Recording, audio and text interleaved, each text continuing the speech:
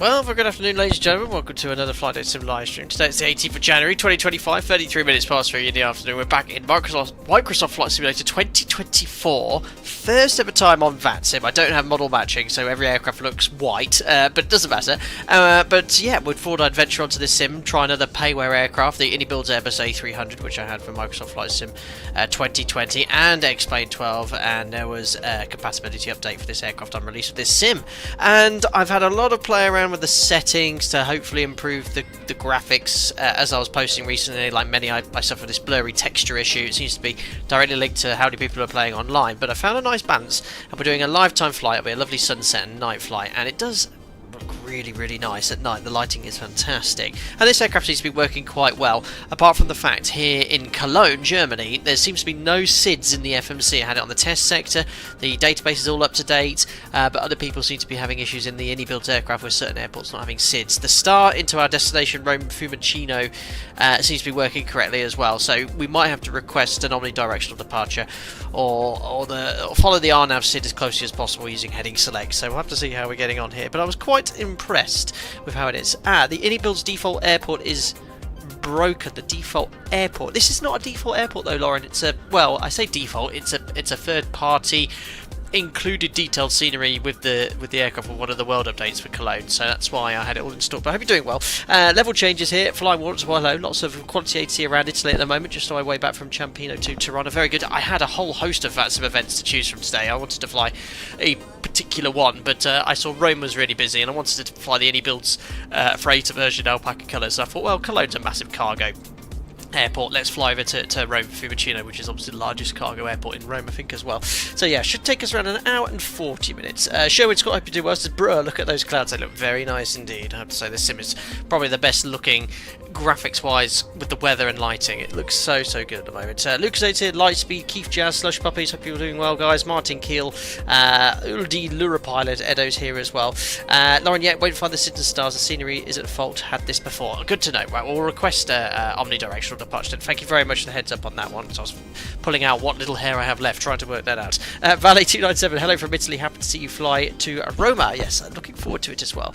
Rome is the largest cargo airport in Rome. Yes, every 60 seconds a minute passes. Brilliant having store. Yes, in Italy, you know what I was meant to say. Chris Yu, afternoon captain, hope you're well, watching whilst my wife is rebuilding her Lego Concorde after the dog knocked it over. Oh, poor dog. Well, Jack's here. We had a walk, literally got home from the walk about 20 minutes ago and then fired up the sim. But yeah, this is one of the world update sceneries which do all install and update flawlessly into Microsoft Flight Sim 2024. You don't have to download those world updates separately. And I've got this dynamic loading on because it gives me much better performance. Someone suggested turning it off to see how it would be regarding the textures, but it's exactly the same, but I just get so much better performance. But yeah, it doesn't look too bad. And here is the iniBuilds Airbus A300, first ever time flying it in Microsoft Flight Sim 2024. Looking very nice indeed. iniBuilds make quite quality, high fidelity add-ons. We're taking horses, if you'd like to know, from Cologne to Rome Fiumicino today. That's the plan. I think it's about 90 tons worth of horses and horse equipment, so they're all ready to be boarded in literally 2 seconds. Sherwood says, is this the premium A300 because this one takes full advantage of the 2024 flight model? Yes, this is the premium version included. What's included? You got to get it through the indie manager. Flying Water says, oh god no. Dondamo says, no, don't kill them. No, we love carrying horses whenever we have the opportunity on this channel. I can't even find my horse sound effects. I have to get them all ready for this stream. SP2008, your landing might hurt them. Bruh, that's the word of the stream today. Did anyone not watch my Dash 8 stream literally 2 or 3 days ago? 2 butters in the hardest airplane to butter in. You must be joking. Anyway, let's jump into the cockpit. Completely golden dark. There we are. Perfect. So, I'll get some ground power connected and the batteries on because it takes a long time for the IRS to load up here. So the batteries are on and great start. What's going on here? Right. Someone tell me what to do. Look, it does this a lot. It keeps firewalling thrust sleeve on engine number 1 in Microsoft Flight Simulator. I don't know why. It did it a few times in the test sector, but yeah, it did it again. Right. So yeah, I can't remember what I was saying now. Battery on, external power's connected, shed power is on. Yeah, I wanted to get the INS on now because it takes ages for the alignment to It takes ages for the excuse me, aircraft to align, so I'll put that on now, and we'll get GSX up and running as well. There we are, so request boarding. Boarding requested. And we'll use Cologne Airport Ground Services. So there we are. A bit of a stutter. And we'll go here. I think you have to sort of open the doors automatically. Oh no, does it? No, it doesn't open them automatically. You have to open them, otherwise it won't do anything. So, ground equipment, we're going to open the cargo door, main cargo, bulk cargo, and that starts loading everything up. I'm now going to go here to my flight, import from SimBrief. There we are, Cologne to Fiumicino. Nice weather here, Cav OK, 2 degrees, 1029er, so I'll set the QNH now. Yeah, see, I get a lot of stuttering in Microsoft Flight Sim 2024 when I'm on the ground and taxiing around, but in flight it's really smooth, so we'll just have to see how we get on today. Right, altimeter is set, 1029, weight and balance then, so we're going to take, yes, racing team, no, horse stable transport, select, update from SimBrief. Apply load to aircraft. I think. Oh, yes, we'll attach the tug now. Now, has that done it right? Oh no, the fueling is still. Oh my goodness me, the fueling is taking place now. So there it is, uplifting the fuel, which I think is real time.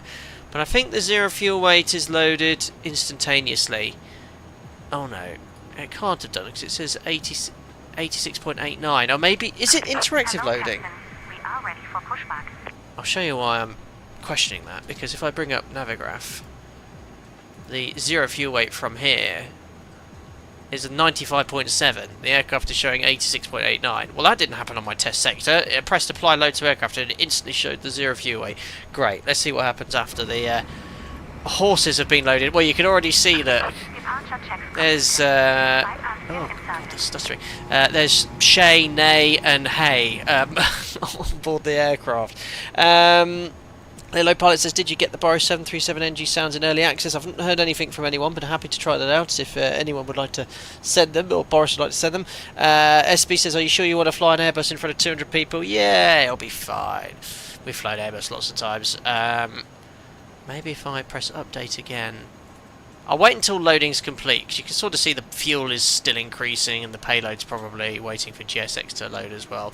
Anyway, I've done all that. I'm following a PDF here in the background for the aircraft, so let me just get that up and running. Let me just... unfortunately it scrolled in the wrong position. So battery's on, APU start if required now. No, we don't want it on now, so let's do the fault and fire tests. Well, firstly we'll just do a panel scan, just get everything on. Seatbelts on, no smoking on for the stairways. We want the nav lights on.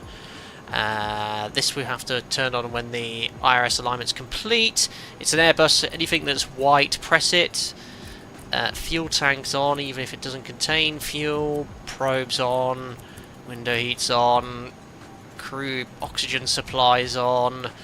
I think we've pretty much done up there the fault and fire tests. That's what I need to do.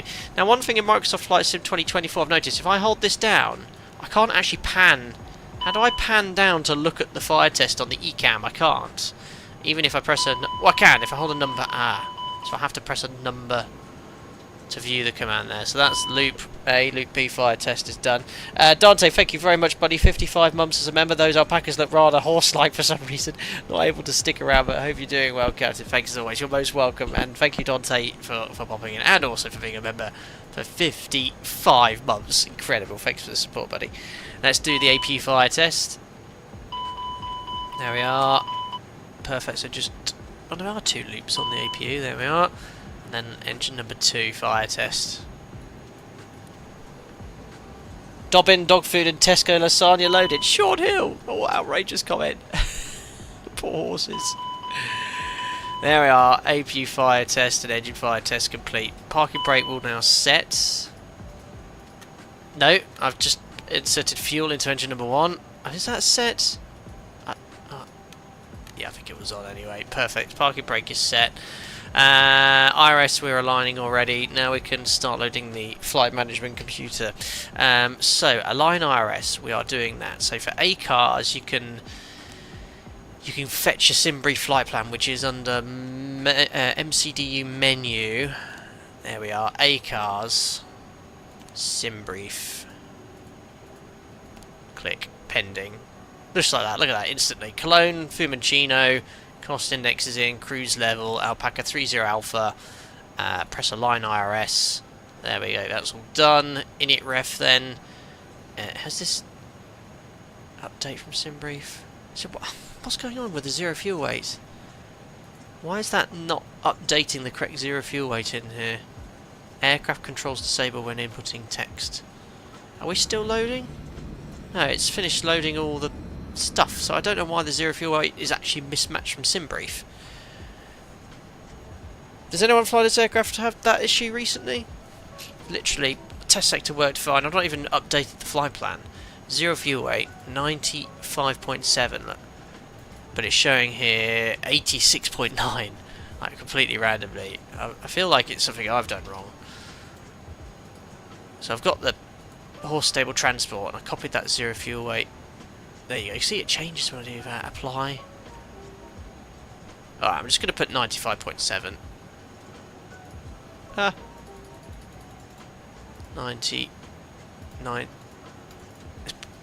95.7. Enter. Is that in? I hope it is. Apply load. Right. Oh no, it's just gone straight down again. Right, I need to adjust this, don't I? Oh, something's amiss. Right, we'll just have to... It might be to do with the horse cargo. Yeah, but I selected the horse cargo on the test sector gunnery, noted the zero fuel weight, and then made my sim brief flight plan based off that zero fuel weight. So I don't know. Anyway, look, we'll just imagine we're down 9 tons, and we'll take 13.07 on the fuel. We should save a bit of fuel.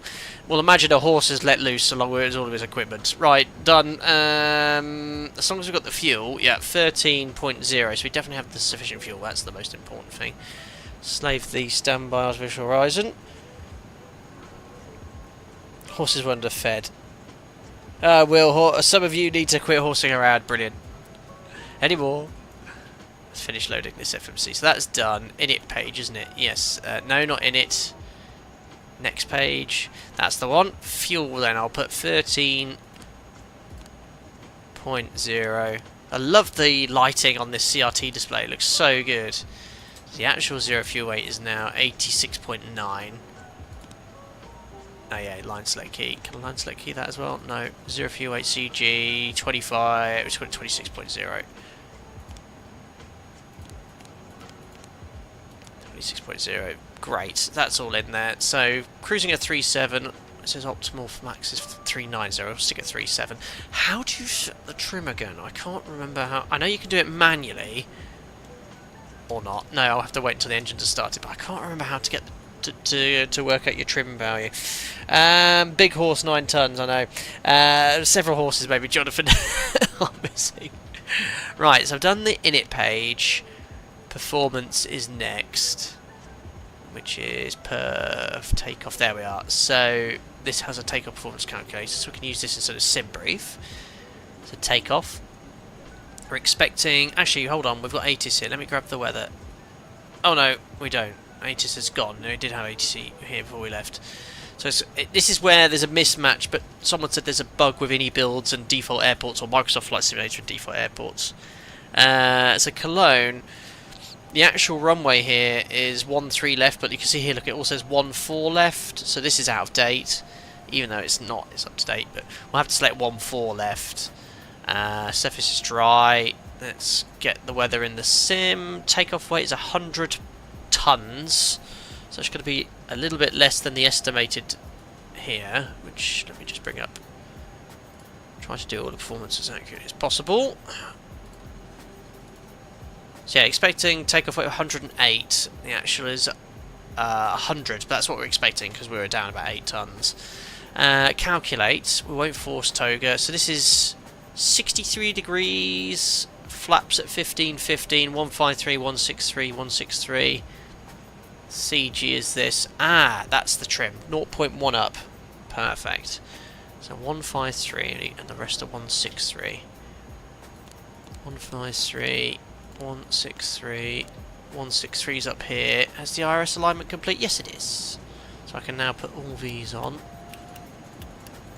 which powers up this. 163. Push into preset. I remember you have to set that to -5. Just like look back at some old streams where I knew exactly what I was doing. Oh yeah, the speed brake has got a bit of noise to it. There we are. That's all set. Great. The SID then. It's a good job we actually don't have ATC because I can't fly it. Straight ahead, Delta Kilo 140 max 200, left turn 095 to Kola, then Kola to Kumik. All we're going to do, guys, is if I go here to flight plan, departure, SID. Oh! What? It's not showing it! What is going on? Right, guys, on my test sector, I haven't changed anything or done anything. It now shows the... Oh, no, there you go. That's what happened there, maybe. I've selected the runway, look, 14 left, but all the SIDs now say none. But if I press SID, you can actually select them. That's so weird. Is that a bug?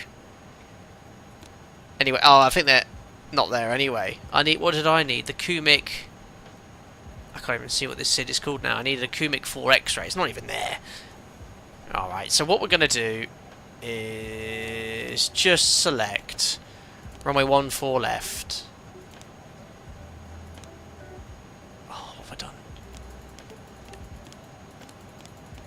Lists. But with no SID. Insert. So what we're going to do is fly runway heading, and I'm just going to make a left turn direct to Kumik, and that's in the FMC. Alright, so great. But last time there were no SIDs there before, even when I selected before I selected a runway, so something's a bit strange. However, the good news is our arrival does have all the stars and whatnot in it. So if we quickly go over here, have a look at the expected arrival, which is going to be a RITEB 3 Charlie. Oh, so many stars in Italian airports. So RITEB 3 Charlie, which takes us to the east. Around we go onto ILS 34 right, and it's going to be via EDDK. There we are. How do I insert that? Oh, is it spat out the... What? Hey? Why can't... Oh, I don't know what's going on. Return.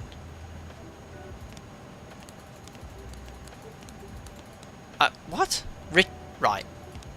Fiumicino, star. Why can't I now select the star? RITEB? I've only got LCAT. It's definitely a bug with the airport. It happened to me in both fly-by-wire and the iniBuilds aircraft. Another thing with the iniBuilds aircraft in Microsoft Flight Sim 2024, if you quit, if I go escape, press main menu, it crashes. Every time, every iniBuilds aircraft. It's a real pain in the backside. So if you want to change something in the menu, right. So what's going on? VSky chat. I've got the latest air rack installed. Latest air racks in.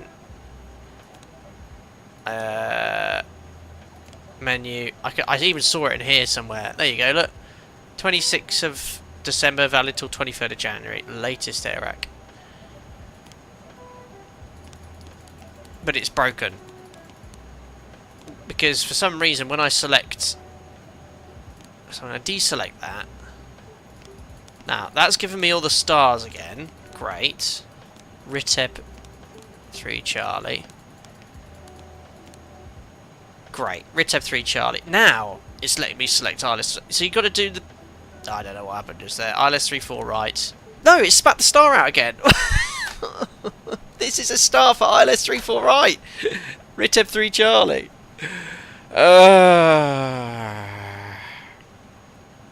Select runway through it first. I'll try that again. Star ILS 34 right. Selecting the star though spits out. Selecting the runway first though spits out the star I need. Look, runway and then. Oh no! Oh, that's because I've selected RNAV. So obviously it doesn't recognise that ILS 34 right is a star off the RITEB, which it is. Look, ILS 3 runway 34 left 34 right. So let me select, if I select ILS 34 right, it gets rid of the star. Oh no, it's not! What? No, I don't understand. No, it's showing it again. RITEB 3 Charlie. It didn't do that last time. I don't know what's going on. EDDK. Right, it's in. Insert. What happened there? I don't know. It's all in. No discontinuities. Happy days. Right. I think we're good. FMC loaded. I've done init page B, and I've done the performance. Wonderful. I think it's now time we start the APU. That was annoying. It gets glitchy unless you pick runway first. Thanks for the heads up on that. Maybe ask it in French. Sacre bleu. Right. Looks like my cargo's on board. Check out my horses. Oh god. Does anyone have the same issue with this sort of blurriness when you're turning the camera? I like how it increases alpaca cargo. I love it. Can't remember who made this livery. There we are. Here's my horses. I've got 6 ready to... I don't know, they're going around the Colosseum. Sounds really good. It's got a real airport immersion. Oh, it's going to be an awesome flight, guys. Right. Smash them away through here. Hear that APU starting up. Now, APU... I need to shut my doors, so... Ground equipment. Let's close, close, close. I'm not sure if it closes that quickly in real life. Right, is my APU available? APU running. Right, so now I need to disconnect my external power and move that. Right, I'm on the APU. APU Blue can come on. And I can remove GPU, remove the chocks. Great, can hear the air conditioning coming on. We're getting somewhere. So, what we're going to do is taxi out, runway 14 left. Pushback then facing northwest, and it's just alpha, boom. Although it says 13 left, whatever runway it is in real life. 13 left, 14 left. Sort of half flying this into Kumik, and then routing's going to take us, that's Frankfurt, where's that? Stuttgart, Alps there, so we're going to be east of Zurich, there's Innsbruck, and then starting our descent of northern Italy into Rome. 1 hour 40 I think the flight time is. When are you going to transport alpacas? These are horse alpacas. Arm slides, yes you're right. Arm all doors. There we are. Oh, I think that. Oh, I presume they're arms. Right. So brief the taxi, brief the SID. Is there anything I've forgotten to do in this aeroplane? Because I don't fly this often. Constraints may be on. I've got my fuel. We're taking standard block fuel. The weather's nice. Just let's hope we don't get messed around in Rover. I've got ATC online. I've got Unicom tuned. Annoyingly, the radio tuning panel isn't yet compatible with Microsoft Flight Sim 2024, so I still can't use it.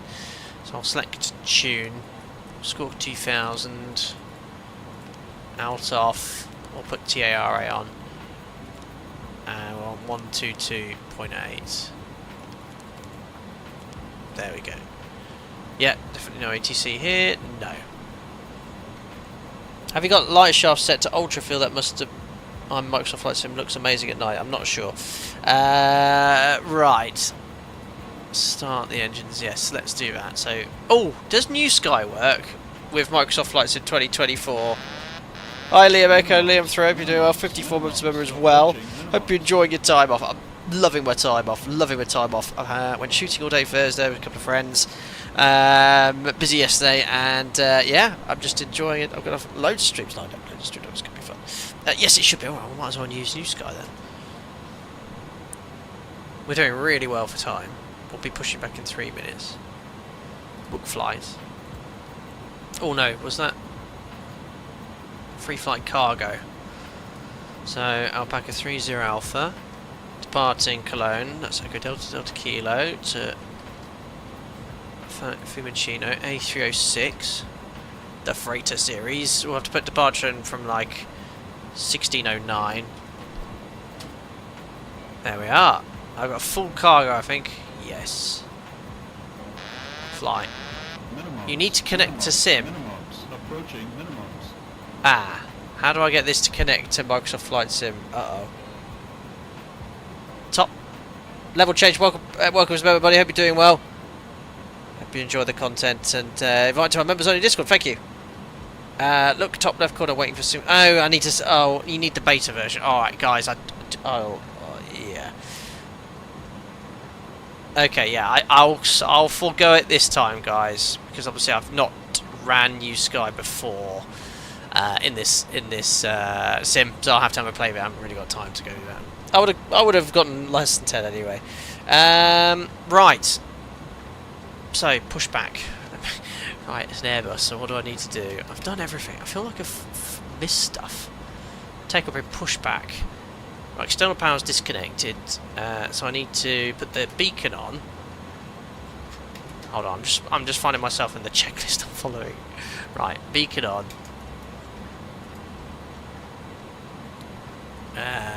No, I just need to put this to start. It's an Airbus, isn't it? I don't need to do anything else. Right, pushback. Request. Prepare for pushback and departure. No, I don't need de-icing. It's not even freezing conditions. Excellent. So GSX seems to be working really well. Look at the lighting. The lighting, I have to admit, is fantastic in this sim. That looks brilliant. Looks cold as well. It is 2 or 3 degrees here. Minimums. Cheers, Jonathan. 50 months remember, like watching an Airbus Pro. I know exactly what I'm doing. Thank you very much for your continued support, buddy. Every time I fly this aeroplane. Right, every time. Oh no, this guy's pushing back first, so I'll just wait. Oh no, which way do I want? Is that nose? I always get this wrong. Nose. Can't you just say north or south? That to me, so nose right. I want that one, don't I? Nose right. That tells me the nose is going right. Or nose left, tail right. No, carry on pushing back, sir. Oh, it's USB translate. No, you push, you push. Which one? Just look at the tail, it's easier. Tail right then. I want tail right. Nose left. Correct? Is that as if you're pushing it back from this direction, I think? Yeah. Release parking brakes, please. Oh, I bet it's wrong. Why is that? Where's my click spot for my parking brake? Release parking brakes, please. Guys. Commencing push. Okay. All engines clear. Start exit. You wanted one? I bet I've done the wrong one, haven't I? Oh no, where's that person gone? Am I going to have to abandon it, aren't I?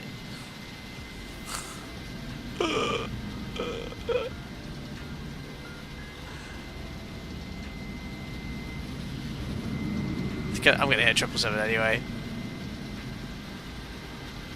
I don't mind stopping here and then, you know, just doing a turn from this position. I didn't install a profile for Cologne. Just curious to see which way it turns. It's fine, plenty of clip. No, come back, GSX menu.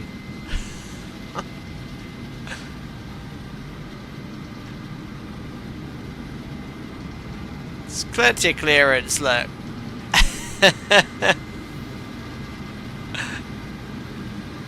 It's pushing me back straight. Oh no, it was pushing me in the wrong direction. Look, stop here. Got it wrong. Right, that's fine. Perfectly legit. Trim set. No. 0.1 down. It's set now. Right, oh yeah, better start the engines and I start 2. Open. Great. It's doing things. N2. N1. Oil pressure's registering 15% in the A300. Welcome. Thanks for subscribing, Marco. Welcome aboard. No bent metal equals no extra paperwork mission accomplished. Absolutely. Plenty of clearance. Not sure what's going on with the tug though. I think I broke it. Yes, that's gonna probably have broken something. Where's my nose wheel facing? At least my nose wheel's straight.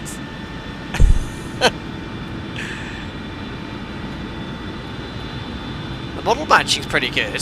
So 777, is that available as a default sort of livery in Microsoft Flight Sim 2024? Sounds great. I think a broken GSX. Oh no, there he goes.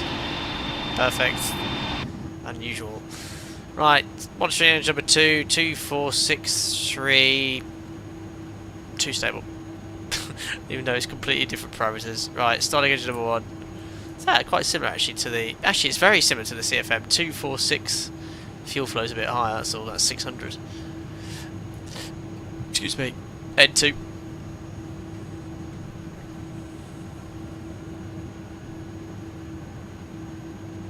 Oil pressure and the one. Fuel. Left is clear, right is clear. Oh, hear that fuel coming in. Sounds like it's excellent. So first ever flight on VATSIM in Microsoft Flight Sim 2024. I'm yet to fall in love with this sim, but I did enjoy the test sector. I didn't do it in full, so I had to nip out, but left the autopilot in. But yeah, I was very impressed with the lighting.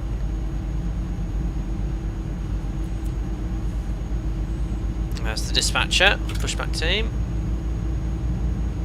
Jenny's come on the bus.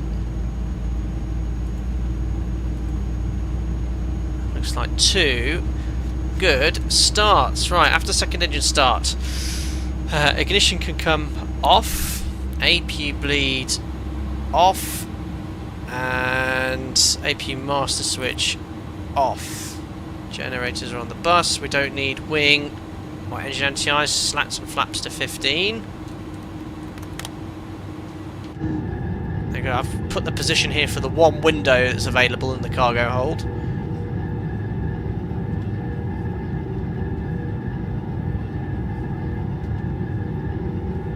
Very scratched window, very realistic.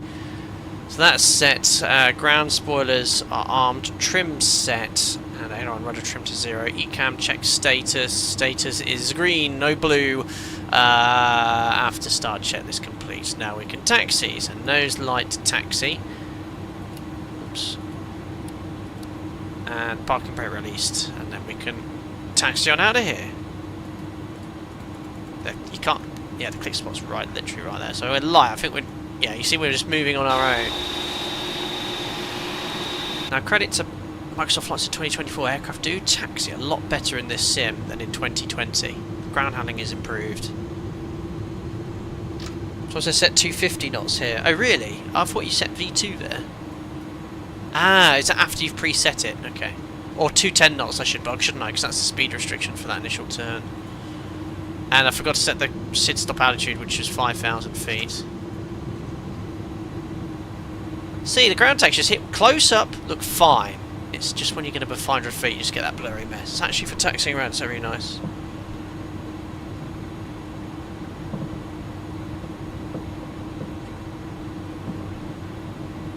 Just better check the SID actually. It is climb to 5,000, perfect. So we'll level off at 5,000 feet initially. Or I should be unicomming here, shouldn't I?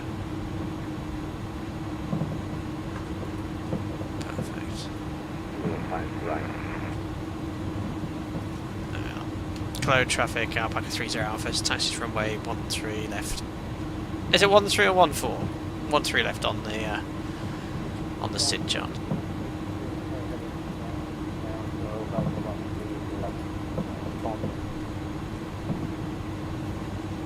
Perfect. Yeah, taxiing very nicely. Oh, I should have the car logo lights on, shouldn't I?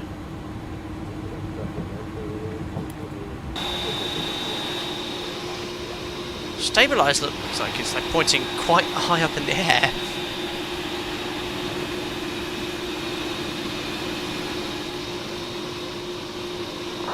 I'll go behind the triple. SP2008, I guess that's you in the 777, taking off, excellent, we'll be behind you.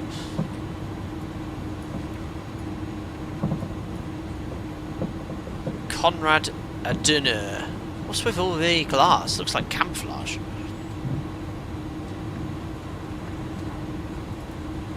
Yeah, it does taxi well. Taxis really nicely. Logo lights it up, typical cargo plane.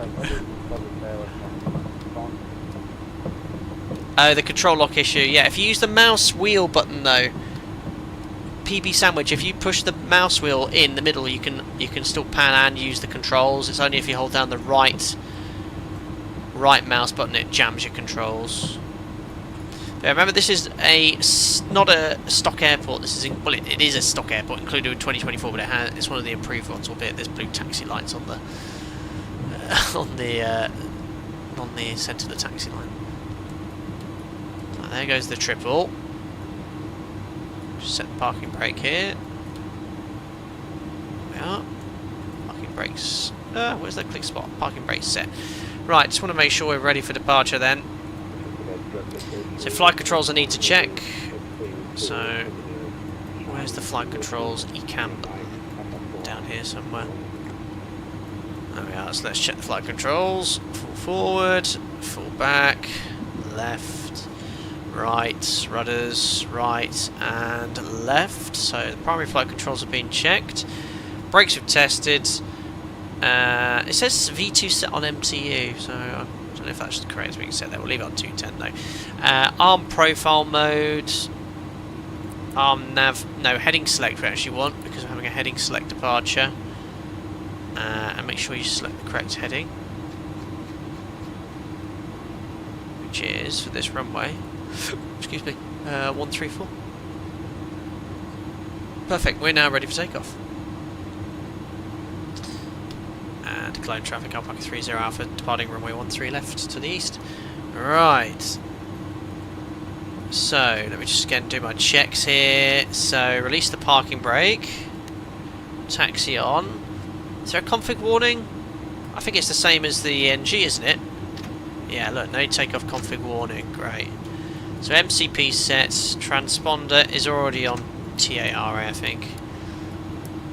Strobes are on. Landing lights are on. Checks complete. Yeah, TARA is on. Brilliant. Oh, set your flags temperature. I knew I'd forgotten something. I think that's what I forgot to set. 63. Thank you. I was just testing you all. I don't know if I'm on the runway alert. Oh no, I'm not even moving. Great, let's go. It's not a short final, is there?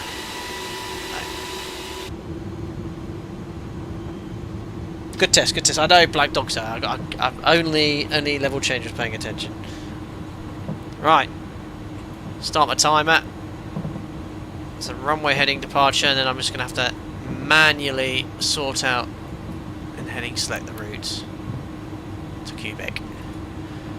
So the SID actually says climb straight ahead, sort of to 1,200 feet. So what we'll do, yeah, 1,200 feet will make a left turn direct to Quebec instead of via Cologne. Right, what about to backs, folks?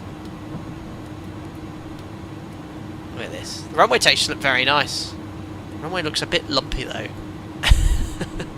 Right, shall we go to Roma? Toga's in chat. Let's go. Oh, they spooled up very quickly, much quicker than before. Which is the click spot, isn't it? Around here. There we are. Set takeoff thrust. There we are. Takeoff thrust indications. Oh my God, we're off. Look at the acceleration. That's insane. 80 knots checked. V1 153, wasn't it?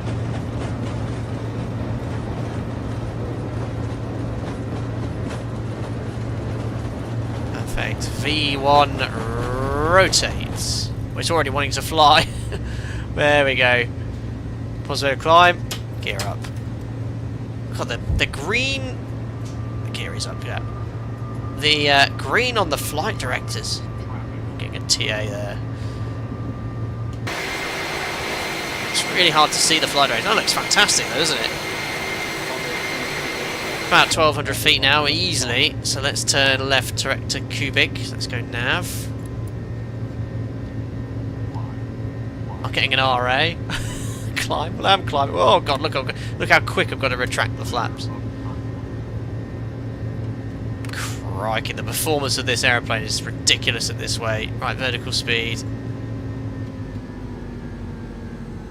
Because we're going to level off at 5,000 feet, don't forget. So 2,000. Keep climbing. And then 1,000. 1 to go, coming up. Flies really nicely. Why has it gone so quiet in here? Let me just turn up the sounds. The sim's gone really quiet. So 210 knots, that initial turn's complete. Let's accelerate to 250. Those engines seem to spool up really fast. 1 to go. I barely can see the green flight director. This is the flight director command. But you can't see it at all at this distance. Oh, I think that's the 1 to go horn. I can't see the flight directors on this colour. Is there a way of turning them magenta? I can't see them. Alright, we'll just sort of do raw data in pitch. I have to admit, the textures, you know, when you're looking straight down, don't look as good look. The textures are really blurry. But if you look in this sort of direction where you're going to be facing most of the time in an airliner, it's actually alright, it's acceptable. But obviously for VFR, it's not. That's not acceptable. But it looks fantastic otherwise. Right, 5,000 feet. Ugh. Sorry, horses. Right, 5,000 feet, 250 knots. We're complying with the SID. She's in trim. Let's get the autopilot in. There we are. Commands. And let's climb up to our cruise level, which is 370. Profile. Set standard. Let's see what climb rate we can get out of this beast. And he says standard again. Pull on this. There we are. Standard set, passing 4.8 for flight level 3. Sorry, 370. I have to take off just. It's coming up. Cool, blimey. 4,000 feet per minute. 5,000 feet per minute. 6,000 feet per minute. Holy moly. That is crazy.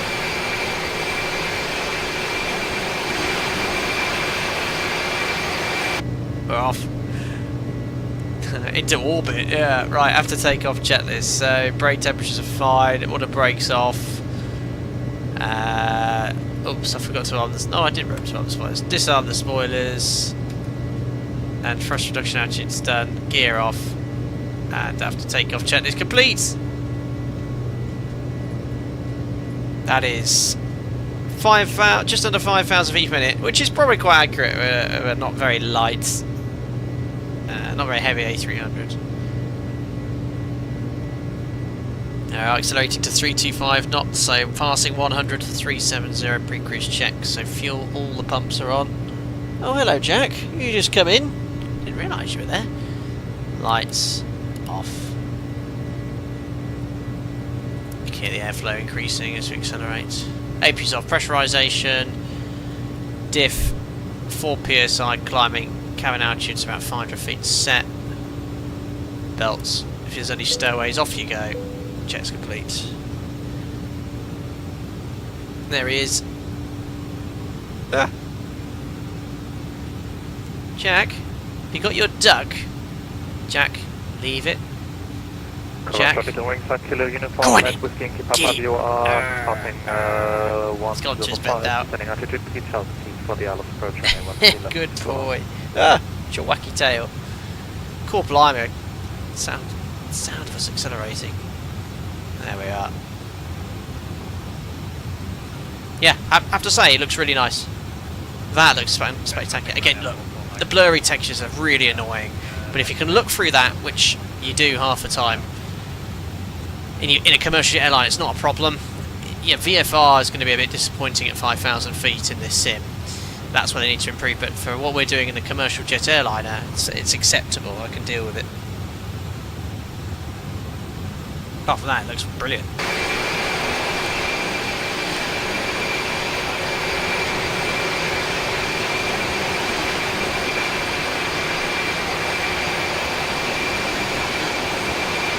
Domino's says, can you check if the horses are alive? Hold on, let me just sort the sounds out, because now obviously I've accelerated. It's made the sim incredibly loud. There we are. The horses are fine. There you go, look, they're frozen with joy. They're fine. See? Not a word, not a peep. They're sleeping. Sleeping vertically. Brilliant. Andrew says, might you be able to check something in the FMS please for me? All the waypoints in cruise for some reason are given an indicated airspeed rather than Mac. Let's have a look at mine. I've got indicated as well. I think that's a bug, because at top of climb it says .79 and then I've got indicated airspeeds. That should be Mac. Same issue, buddy. So how do I turn down this screen sort of brightness? It's obviously really bright now. Getting great performance now. There we are, left screen brightness. I'm just going to move back a bit so I can sort of scroll this and look. Ah, that's going to help. Where's the PFD and ND? Is it these ones? No. No.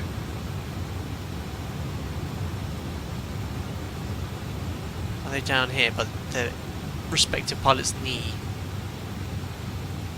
That's backlighting. How do I turn down this lighting? It's on the MCP. That's the MCP backlighting. The lighting is fantastic. It's actually quite realistic with regards to, you know, if it was turned up bright, that's sort of how it look. Ah, there you go, on the glare shield to the left, thank you. Ah, that's so much better. I have to have it on almost the lowest setting now, though. The brightest, that's way too bright, it's a bit washed out.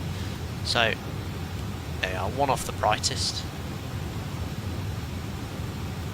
Credit where credit's due, that is quite realistic. Much better. Hidden in plain sight, as they say, absolutely pseudo Andy. Nutley, can you please explain what flex temp is and how it affects the aircraft? Well, we have assumed temperature in the 737 with a similar principle. You essentially tell the engine, look, this is the outside air temperature, and it gives you rated thrust at that temperature. In a nutshell. Plain sight, Martin Keel. Whee! Those old CRT displays can really fry your eyes at night. Yeah, I guess you're used to those. Logcat, yeah. Looks fun. So, someone messaged me after my post on Facebook about the textures, and they said a massive thing that affects it is literally the amount of people on Microsoft Flight Simulator, and someone told me on Discord today as well. I mean, yeah, it's a blurry mess, but again, like, if you look at this distance, no problem at all. As long as it... I remember just flying an approach once, it was very late to load in, and you could see all those textures were quite poor. Absolutely SB 2008. Now I've lowered that brightness, I can clearly see the flight directors.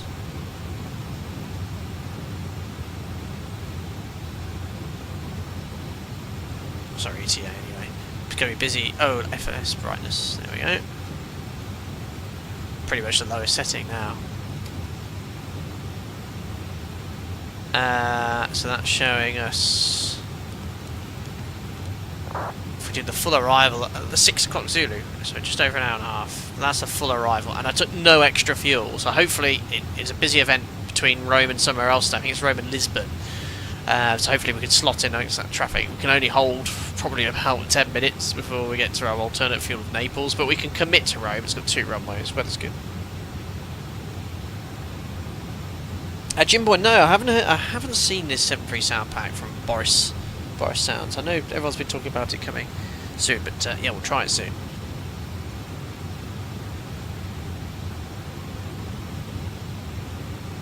Donk up break for a shortcut, oh dear. Yeah, what's the fuel on arrival? This is just the standard iniBuilds profile. Is it under progress? How do you see in the A300 fuel on arrival? We'll do some fuel checks. And we'll do one at NegX coming up. Actually, can I have my flight plan here? Ah, now I need to turn the tablet brightness down. That's better. I think when we did our first night flight in Microsoft Flight Simulator, everything was washed out. It looks like you can turn down the brightness on a lot of screens, which is good.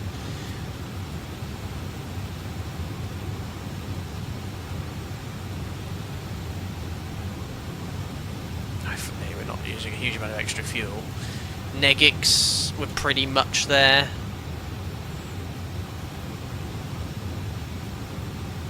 I've noticed this, if you press 0, it goes right to the bottom of the flight plan. It's really annoying.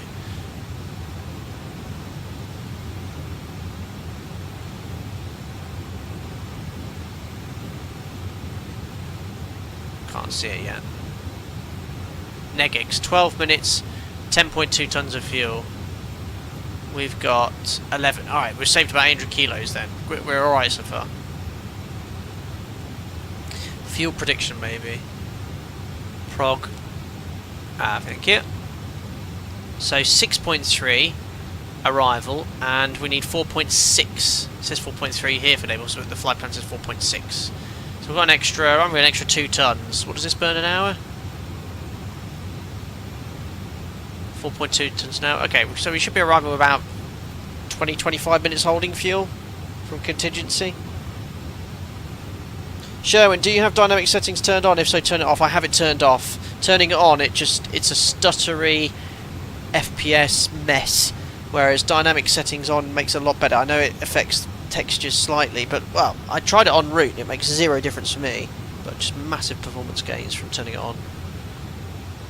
I thought it was on already, but it had off already, but it had been on.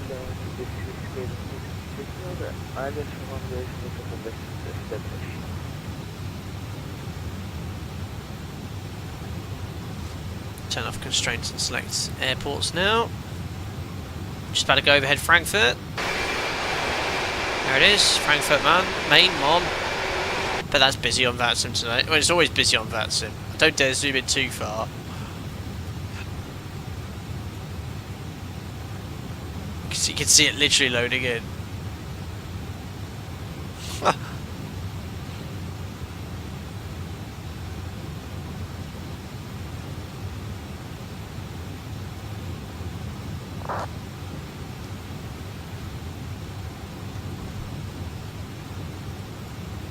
Can you see the traffic on VATSIM? It'll be really busy down there.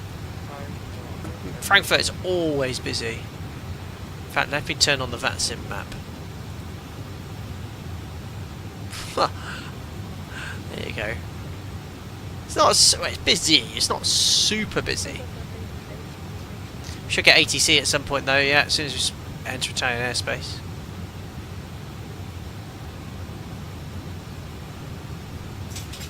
Good boy. You on your bed? Frank. So, Traffic, this is so what point does VATSIM traffic load in? Oh, there's some limitations I heard in 2024 as well.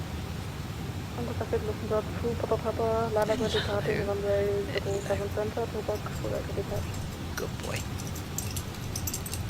Jack's got to check on the horses.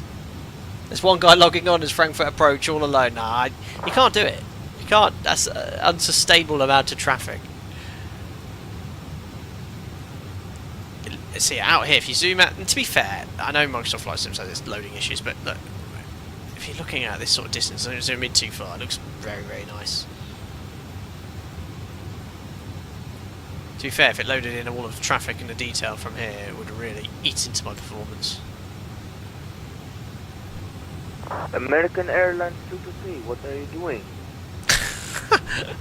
This is KLM 27 Victor going around. Chaos. Chaos on VATSIM. Chaos on Unicom.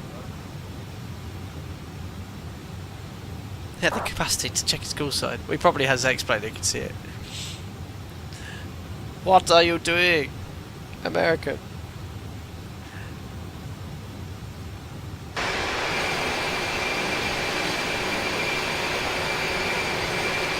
Beautiful, look at that.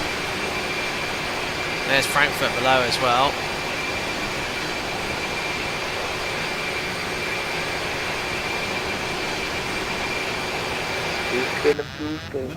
Larry, thanks. For American Airlines 223. Let's listen in. Please watch out next time. Thank you. Larry, thank you very much. And Larry, didn't you send me a very long message on Discord? I need to get back to you on that. Thanks for your message. I will return. Captain, have you been having engine flameouts descending through 200 on the Zebo? I'm trying to assist people in Facebook Zebo group. Larry, I've not flown the mod recently. I've flown for it last test, last members group flight, and I have not experienced that issue once. So I wouldn't know what's going on. And I'm sorry if you've had that issue. It sounds like you're helping people with that issue, though. So yes, we'll have to see what people can do to fix it. But I haven't, thankfully. Thank you very much for your continued support. Appreciate it. Andrew, I notice in 24 as well as the blurry ground textures, the clouds on the horizon are really low quality as well. Yeah, I think in the distance they are. You can sort of see.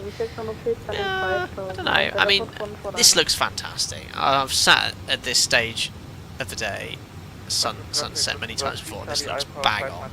The lighting is a work of art, really. It's going to be a bit too. The dome's light's going to be a bit too bright, I fear. I'll leave it on. Frankfurt traffic, Lufthansa 3 Charlie Alpha to American Airlines. What are you doing? Let's listen in. Lufthansa's not impressed with American Airlines. Where is this? It must be at Frankfurt. Welcome. Thanks for subscribing, Liz Josh. Welcome aboard. Romeo's, my textures look much sharper than yours, but I do have 24 gigabytes of VRAM on a newer GPU. Could be blurry due to pressure on VRAM. It could well be. Could well be. I mean, for me it looks great. As long as the cockpit looks fine. It looks. iniBuilds Airbus cockpits are really, really good quality.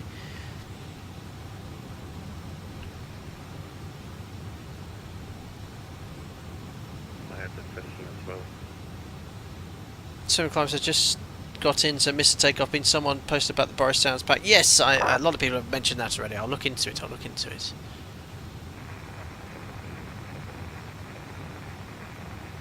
Espy, how do you like the handling on this day? It was quite nice. I took off there, and it sort of lifted off the runway quite quickly. I didn't have much of a rotation speed. It just sort of fell off, like lifted off the runway quite quick. But yeah, I don't know. I can see subtle changes in comparison to Microsoft Flight Sim 2020, but there's a lot of things that feel exactly the same as well. Let's see how the landing goes into Rome Fiumicino. That's brilliant. Look at that.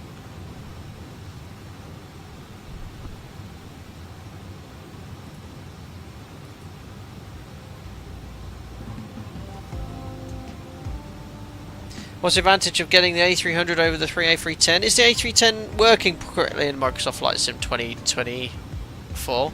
The A300 has not as good as range as the 310, but it's probably has a larger. Does it hold more cargo? Don't know.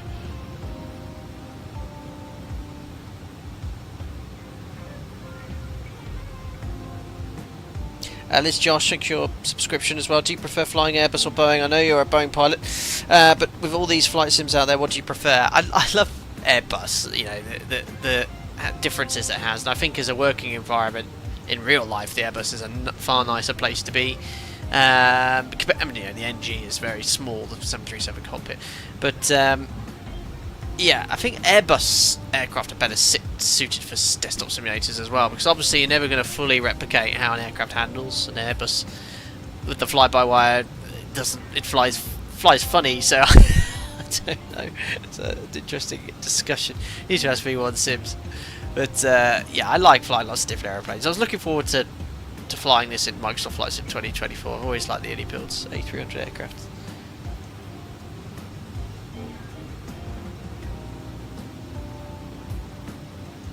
Okay, you got an engine failure with this thing, and I thought it was a 7.3 level D-Sim. Very impressed. Ah, you suggesting a failed engine? SB says, I've heard turning off the noise cancelling in the NG is deaf. Yeah, you need noise cancelling headset in the NG. It's a very loud cockpit.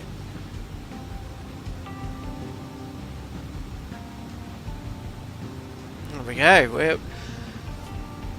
nicely established in the cruise. Alps will be coming up, but it will be dark soon.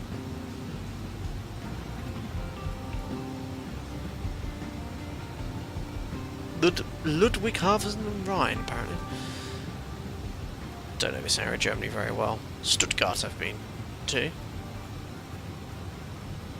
That's the next city.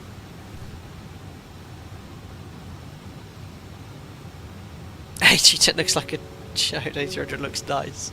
I thought they were like identical cockpits. Great performance up here in the cruise. I like the reflection of the tablet as well in the window. It's really cool.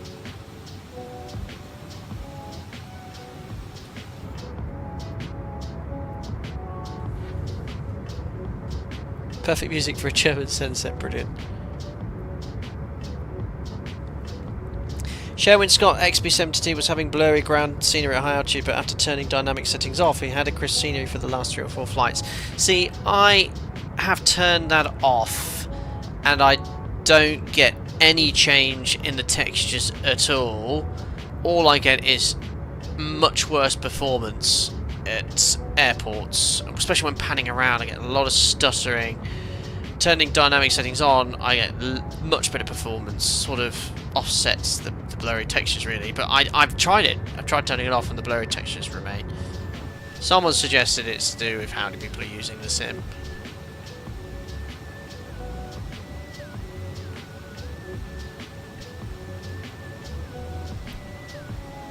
Zvit Zero says, how are waypoints named? Well, sometimes they're named after what's directly below it. Some, you know, American airports. Oh, Microsoft Flight Sim weather update by the looks of it. Sometimes the waypoint names are named after sort of where you're flying into. So some places around, I can always remember when we flew around to, was it Orlando? And a lot of the waypoints are named after like space themed things, so like Apollo, shuttle, rocket, and things like that. Or was it Orlando, or maybe it was actually NASA's own airfield? I can't remember, the one at Kennedy.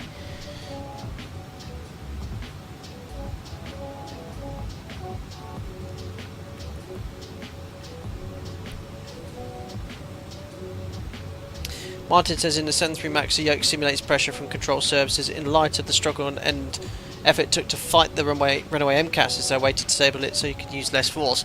No, because that's aerodynamic loading. That was the issue there, Martin Keel, with MCAS. Essentially, the aircraft trimmed before they updated and fixed it, and put the aircraft into a nose-down trim situation.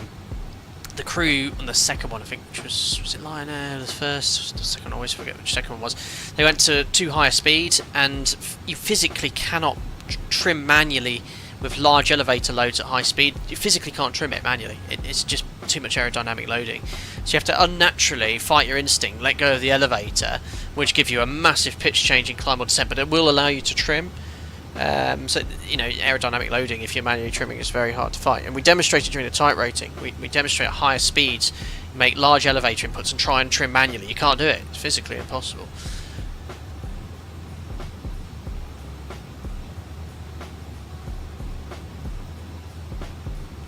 Yeah, sorry, Adrian. Yeah, Orlando has Disney theme, I believe. Ah, yes, maybe. Yeah, I think it was. There's a little airport we flew into once in the Beluga in X-Plane 12, and I remember a lot of the waypoint names like Planet, Rocket, and all that sort of stuff. But no, well, yeah, you go, Orlando, Disney themed waypoints. Makes sense. Do a fuel check at the next waypoint. We're about to fly over Stuttgart, Echo Delta Delta Sierra. Do a fuel check at Batub. Oh, sorry guys, that's loud.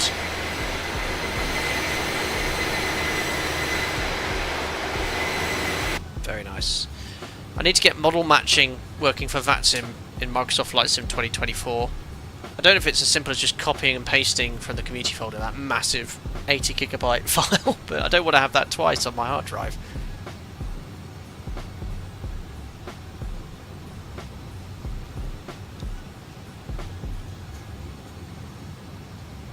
Oh, SP2 hours a day. What's the dome lights off? Criminal. True. There you go. How do I turn up the backlighting on this? Turn that down slightly. There we go. The backlighting for the glare shield. So that's the. No, that is the backlighting. I want the light for this strip. Also, I'm very embarrassed to realise I've learned something on VATSIM. Okay, which is really useful. I'm just going to share my screen here. On VATSIM, okay, if you want to tune a frequency quickly, because my radio tuning panel is not compatible yet with 2024. Anyone got the Logitech radio tuning panel and had to know how to get it working in 2024? Anyway, I was going to say, look, if I right-click this, look, and you can tune it straight away, boom. Oh, and it's not worked. Common frequency. Oh, I spoke too soon. It worked on my test sector for some reason. Frankfurt ground. Tune. Oh, it's not working. Common frequency tuned. Well, it's not working now. It's only showing that one. Okay. Forget everything I said. It's not working. It's showing only Unicom. Great. Brilliant.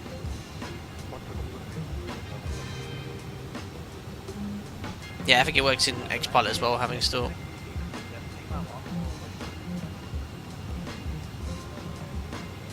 Just sitting very nicely here in the cruise.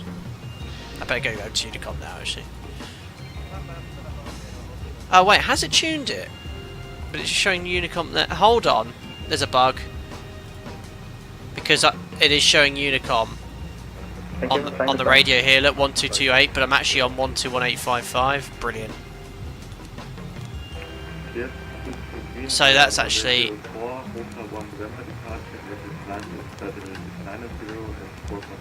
Oh, great. So now VATSIM is not linked to this at all. What have I done?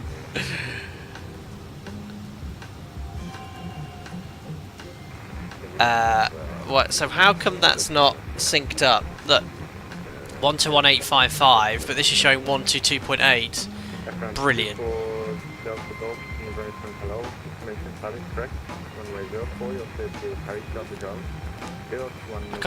I can't get this to work now. That's going to be a real pain. Oops. Maybe if I'm just going to disconnect and reconnect on VATSIM. Connect. No, still showing the wrong frequency. 122 point. Let's just going to try something different. And that's now working. Okay, that's so. It's working now.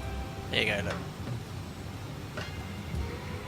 That's weird. Okay, so if you're in the iniBuilds aircraft, don't change VATSIM using vPilot. Well, Xpilot. Don't change your frequency there because it breaks it. Yeah, that's now updating vPilot. There's the Alps on the horizon. It's probably Mont Blanc over there.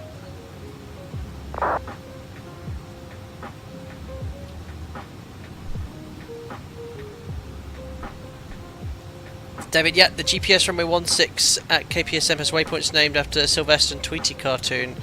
I taught Atawa Puditat in Puditat, yeah, indeed. Ah, Larry, the dot identifies it as a command to Xpilot, which then presses what follows the dot and sets 134625 on COM1. Ah, okay. So I've got to do it without the dot. Oh no, sorry, I can't do anything because it just recognises the dot. Got you.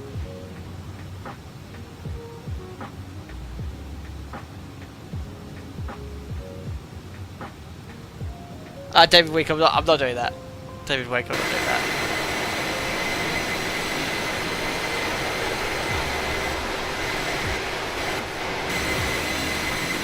All of these views allowed. Oh, there you are, horse view.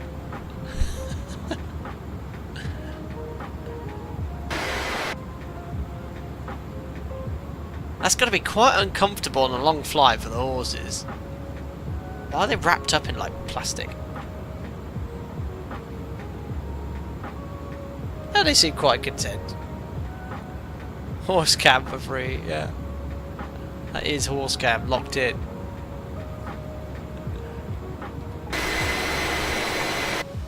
There we are.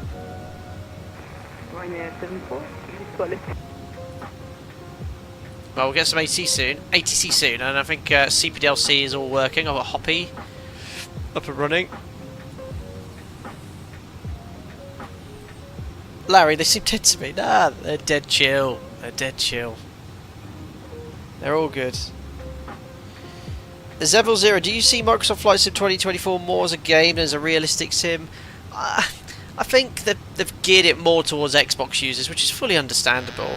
Much bigger market. Oh, Darryl, thank you. But yeah, it still has a place for the serious simmer, which is all of you here, you know. And I'll still here to use it. But yeah, ultimately with the career mode, I think it's geared reasons for Xbox users to use it, isn't it? Darryl, thank you so much. Member of the channel, and over a year with the Captain Stripe. 5 gifted memberships coming in. So a massive thank you for Darryl, from Andrew Bennett, Mad Matt UK's rejoined, Alan Gates. We've got Saquez and Blade 929. That's all on behalf of Darren Etchen Smith. Thank you very much for the 5 gifted members, buddy. Aristocrat, have you had a look at the new MCDU FCU from WinWing? Only £130 or thereabouts now. Sat in my inbox is an email from said company, I think. Let me have a look here. I'm not going to read it because I'm not ready for it if there's any NDA for me to sign. No, it's not from WinWing. I've got someone from a company called Wing Flex. Has anyone ever heard of Wing Flex? Over some A320 thing. But I can have a look. Wingview, they've made an FMC for 130 quid. It's quite cool.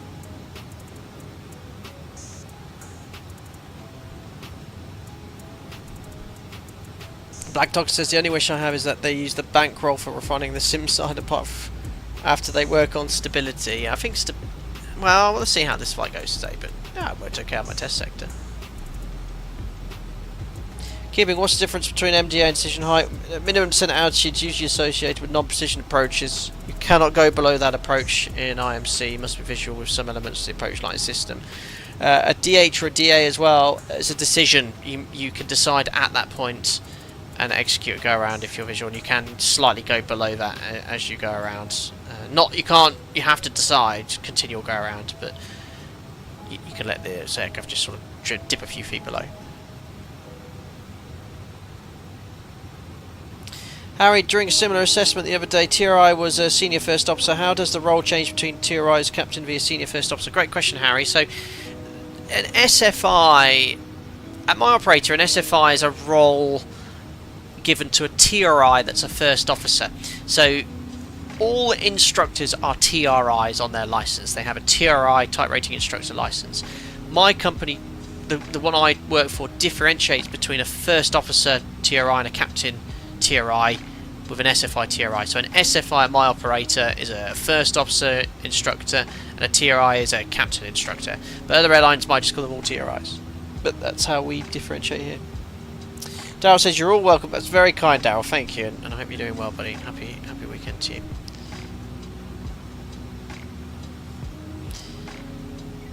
When I thought, what's up? Do you recommend buying the new sim? If you want to play that career mode, which is buggy but very funny, yes. And today's a bit of a test for me because I posted about why I didn't really see the point of Microsoft Flight Sim 2024 about a week ago, with the texture blurriness, which I still have. But now we're doing a flight on VATSIM as realistically as possible. Let's conclude the flight and see what it is. But so far, very, very nice. But if you've got 2020 and all the add-ons and scenery, which I think obviously will be compatible in time with Microsoft Flight Sim 2024, if you haven't got 2020, then just get 2024 maybe, I don't know. Rosie M, good point. Xbox Game Pass is always an option for anyone wanting to just try out the new sim and see how it runs. There you go. So if you have Xbox Game Pass, that's a good way of having a test using your subscription.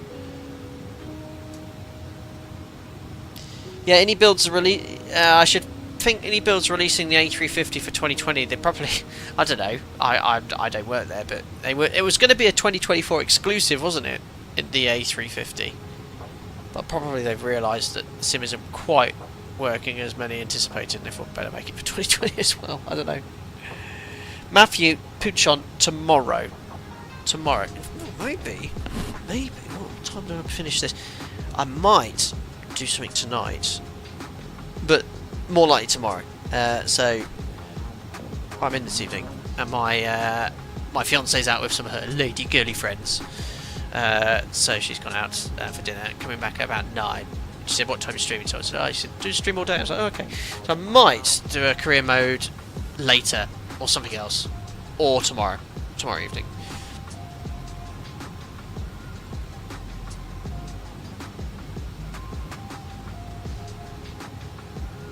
Matthew, cheers. Yes, best way, subscribe, push the bell icon, and that'll always notify you when I go to stream. I don't always post on social media when I'm streaming. Most of the time I do, but today I didn't, because I only published a stream about 3 hours ago. So I didn't post on Facebook or X or Instagram. Level change, would you... I'd love to see you figure out the A350 when it comes out. You just put the trade table out and press the go button. Easy. Look at this, look. Just enough light to see the Alps. And yeah, look, up here at 37,000 feet, you know, it looks fine, it looks really nice. Zooming in a bit blurry and whatnot, but look, if you're just sort of keeping in that view most of the time, it's very nice. Should have streamed about 30 minutes earlier. That sun's setting now, but it's still spectacular.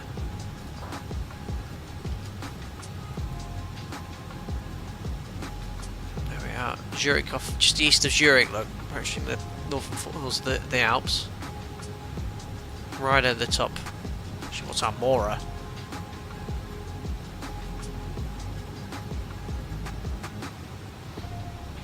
So it's always nice when you're flying over high altitude to know your grid Moras. What's the highest? So the highest like is 14,500. So if you lost situational awareness around here and you had to do an emergency descent, you wouldn't go any. I wouldn't go any lower than 15,000 feet. Which reminds me as well. Just do a fuel check at Tyrrell. Keep forgetting to do that.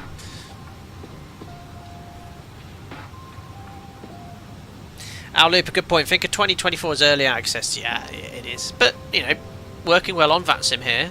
Took ages for Microsoft Flight Sim 2020 to be compatible on VATSIM. Or that good enough to be used on VATSIM.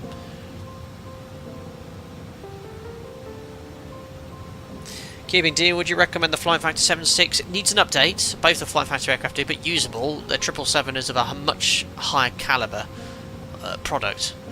So, you know, I'd recommend that. Down to 9 tons of fuel.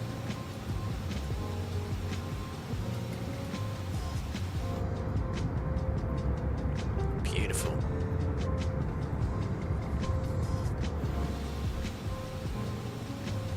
Hello there, says Michael Jennings. Hope you're doing well. Nice to see you popping into this stream. Hello there. Hello there. Oh, I know what I do need to try out. It's these X-Craft aircraft everyone keeps telling me about. For X-Plane. Yeah, X-Craft. But the aircraft for X-Plane 12. Or is it available from Microsoft Flight Simulator as well? There's so many. Yeah, the E-Jets. Oh, they're free. Is the E-Jet for free? I didn't know it was free. Oh, that's pretty cool.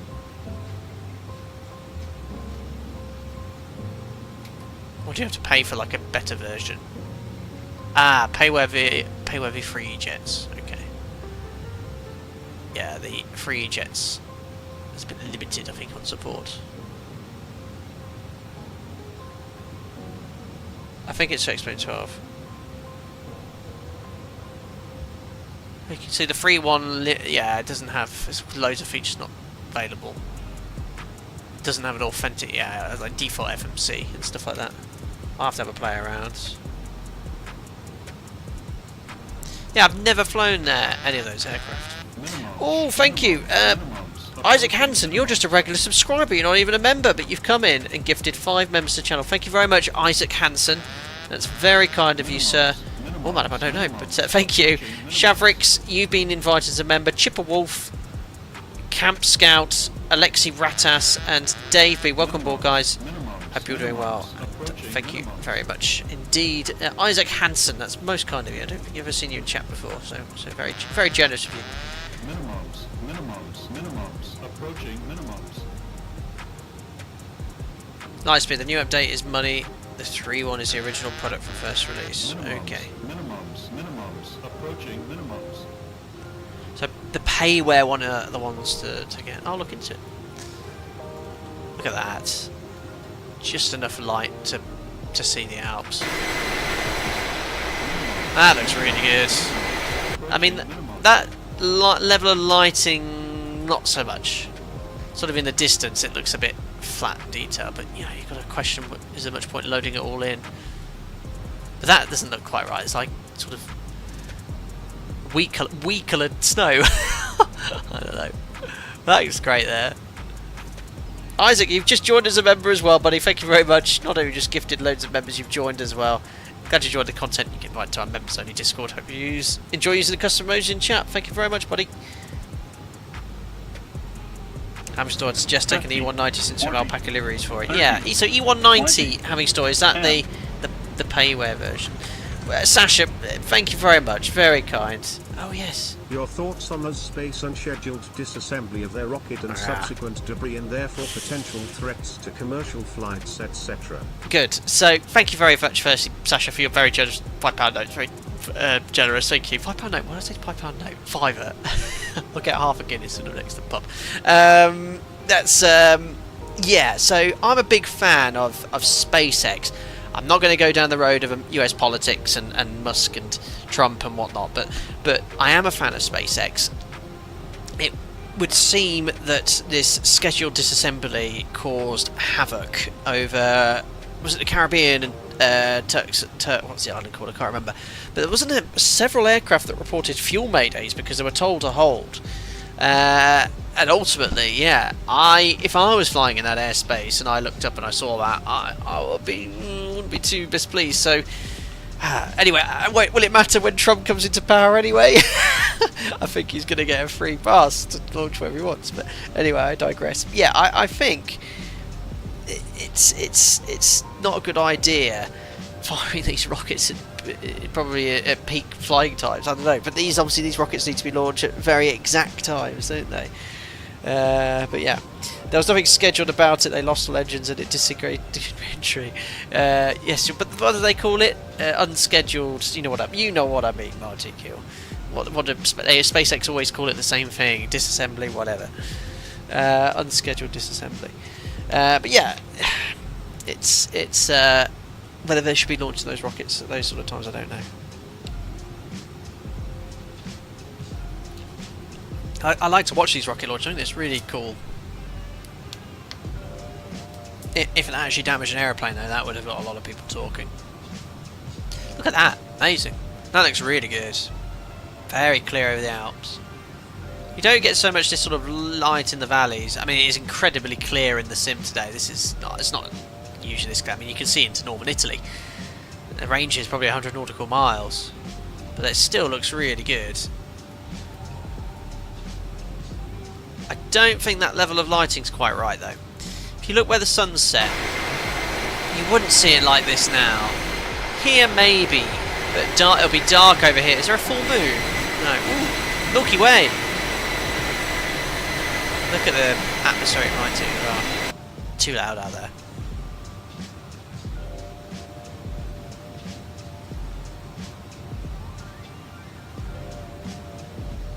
Andrew Bennett, someone gifted him a membership. Thank you to whoever it was. I think that would have been Isaac's gifted membership there. Full moon was about 2 nights ago. True, but there's no moon there now. This is unusually bright. You know, if you guys fly at night, probably wouldn't quite see this now.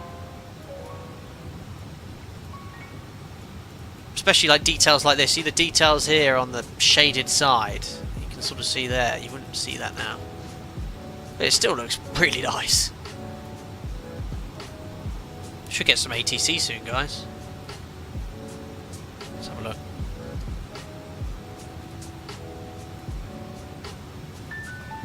Unfortunately not. They've closed a big chunk of airspace. No. This is all open at the start of the stream.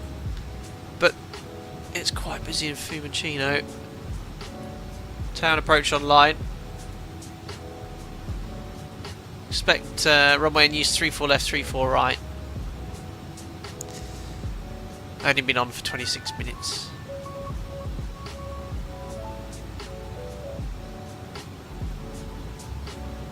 So yeah, we're planning for 3-4 right, so that's looking good.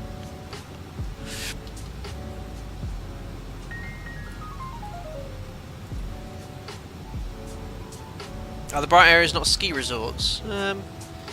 Yes, but it's sort of how it's illuminated. Like, this is more realistic, how the lights are there, but in the distance it's sort of glowing, less so. More what it looks like in space. Harry, do you have any tips for commercial pilot assessment days, please? Interview group activity tips. Oh, Harry, when was the last time I did that? 15, 16 years ago, and a lot probably changed since then. Yeah, look, prepare the maths and verbal reasoning. There's plenty of ways of practicing that. You'll see like BBC Bite Size if you're in the UK, things like that I remember using. For the teamwork exercises, they're very much looking at those core CRM skills, even though you're not obviously flying the aeroplane, but things like communication, leadership, teamwork, including people as well. These are just general advice you can get online for several job interviews. You'll need these skills, but yeah, there are plenty of paid aptitude tests you can take online, and again, which one's the best to take now, I had no idea. I did pay for one 16, 17 years ago, and I got a CD in the post, I think, so yeah, that shows how old it is. So I really wouldn't know, but best of luck with everything, buddy. Hope you do well, and I know you've been in and around a lot of these streams, so I wish you all the best. Will, that's no mood. Guess what film I watched last night as well? Weather update. I was sometimes... Netflix hasn't got much on at the moment, but I'm watching Traitors on the BBC, that's very good. However, I watched an absolute action classic on BBC iPlayer, Die Hard 2 with a Vengeance. It's classic. I love Die Hard. No one would have guessed that. It's on BBC iPlayer, all the Die Hard films right now. I think it's because of around Christmas. So, the one with Simon Says. Yeah, brilliant. Such a good film. Please don't watch it if you're under 18. I loved all those Die Hard films.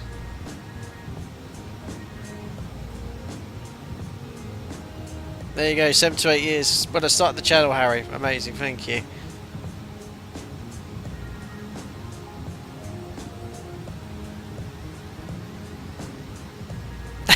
AMD Formula have a drinking game, and my friends do watch Die Hard and take a shot every time the walkie-talkie is used. Oh, in Die Hard Avenger, you're screwed.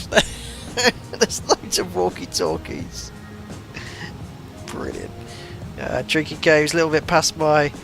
I haven't had a drinking game for years. Once upon a time.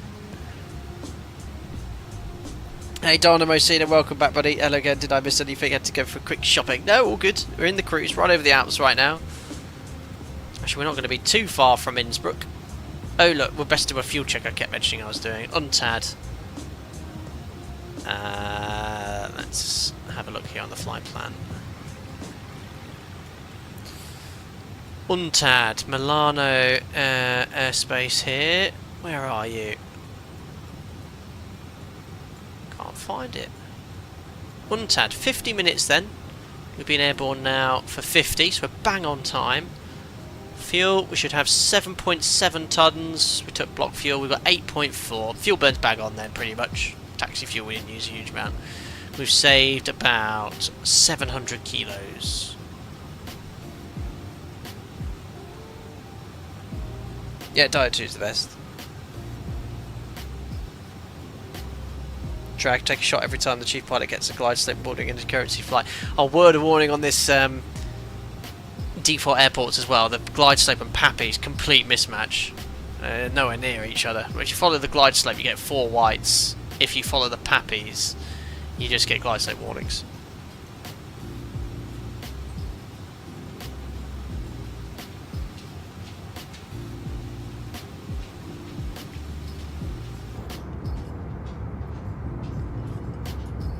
Atmospheric lighting. You wouldn't probably get this so much at 37,000 feet unless you had some really high cloud, but we're not in any cloud, we shouldn't have anything like that.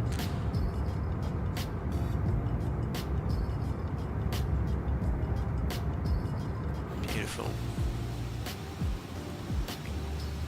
Again, very nice. Texture's a bit blurry, but as discussed, it's only when you really zoom in far.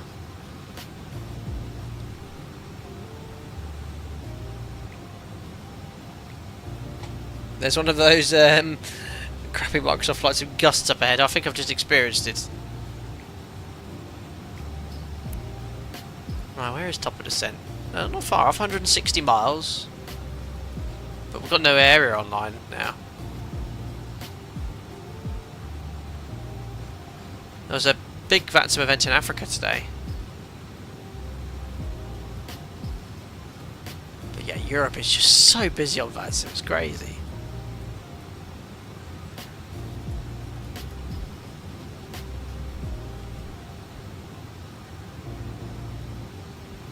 Yeah, Drag Quad, get any excuses in early. Yep, got to. You've got to.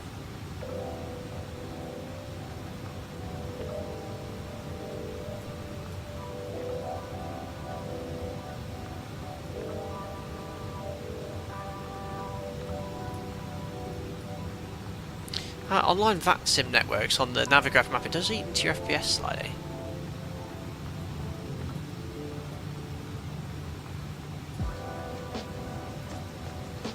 Stars are so bright. Loud. See the Milky Way, look. Not quite as clear as that with the naked eye, but very nice.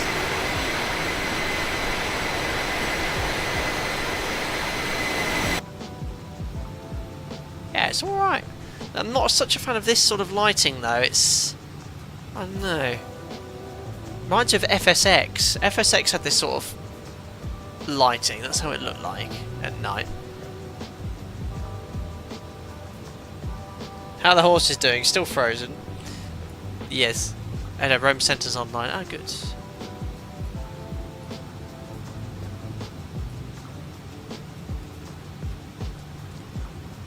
Okay, it's not coming up on my VATSIM map though. Yeah, FSX P3D. Yeah, that's unfortunately what that looks like. I mean, you can sort of see the lighting details in 3D, but as soon as you look up from there, yeah. I mean, that doesn't look good.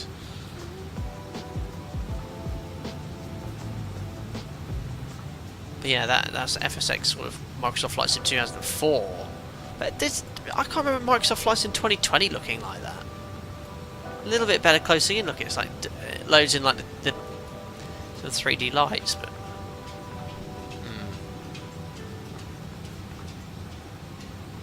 cryogenic transport.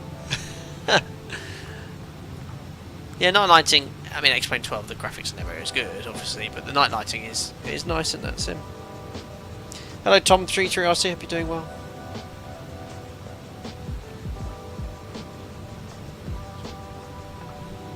But I had a lot of people debate in my comment section of my YouTube video saying, "Oh, X-Plane looks rubbish, blah blah blah." But I mean, this doesn't look bad. It's fine, but it's that looks like a reptile's back. I don't know. It's all scaly and I think that's meant to be. What's off to the left-hand side there? It's just meant to be sort of Venice and Padova and all that.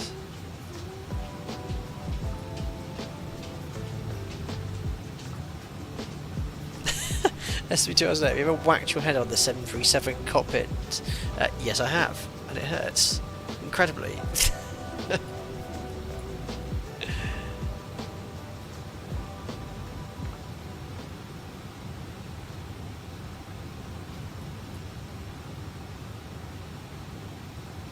Hello, how is that tied to an out plus exit plus out 2, 2, 3, 5? Larry, I'm not sure at all what you're going on about there. I'm afraid. Sean, have you listened to Cabin Pressure? I've heard about this. My stepbrother's listened to this series on Radio 4, and it's really good. But I've not really had a chance to listen into it. I think it's all finished now, hasn't it? But yeah, it's something I'd like to listen into. Yeah, drag done that. Trim wheel, ouch, knees and head at the same time. Definitely double ouch. Longcat, I catch the hood of my raincoat on the pack bleed switches every time I get onto my seat. I want to turn the wing anti-ice on with my forehead. Just so when Boeing bashed it. I was like, oh.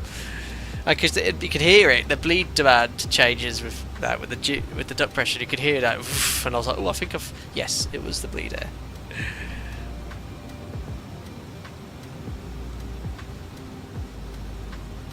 Harris Thierry, do you operate more often on the jump seat nowadays than you do on the left-hand seat? No. So when I do go flying, I do 3 blocks in the sim, 1 block flying. My flying week is now 90% line training. So these are guys who've passed the type rating, girls and guys passed the type rating, and they have to do around 60 to 80 sectors is the average. Line training, so with passengers, with a training captain, and all Thierrys at my operator are training captains, so that's what I'm doing 90% of the time. The rest is flying with line FOs, which is now a real luxury, really nice day out, and the rest line checks as well. I've only done 2 line checks since being a Thierry, and sat in the jump seat, just watch the crews overtake 2 sectors, so you have to do a non-precision approach as well. Yeah, it's pretty straightforward. I do mostly loads of checks and training, checks, rechecking, additional training, all sorts. Type rating sessions I've been doing in the last block too. Jaffa, good question. This -5. Now, you do this for departure. I can turn it off now. I'll put it back on. This is something to do, someone told me, to do with the EGPWS and the Airbus A300. If you set it to -5, it prevents spurious warnings, I think someone told me. So you set that to -5 for takeoff.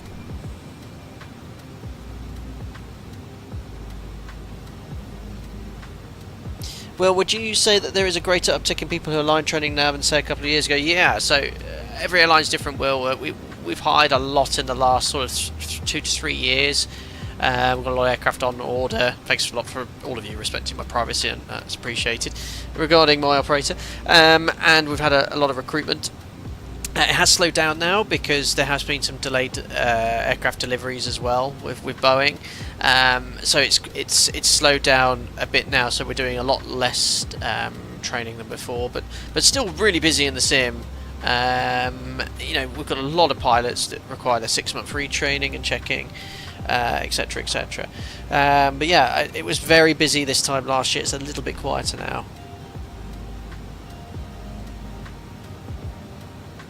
Logcat, you're going to do your base training sign off at some point. One day maybe. I don't fancy doing it right now.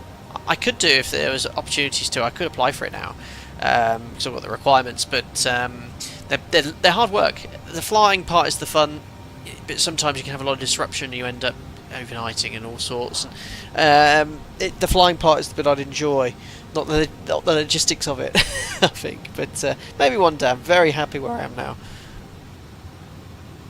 Black Doctor, yes it is. It's awful.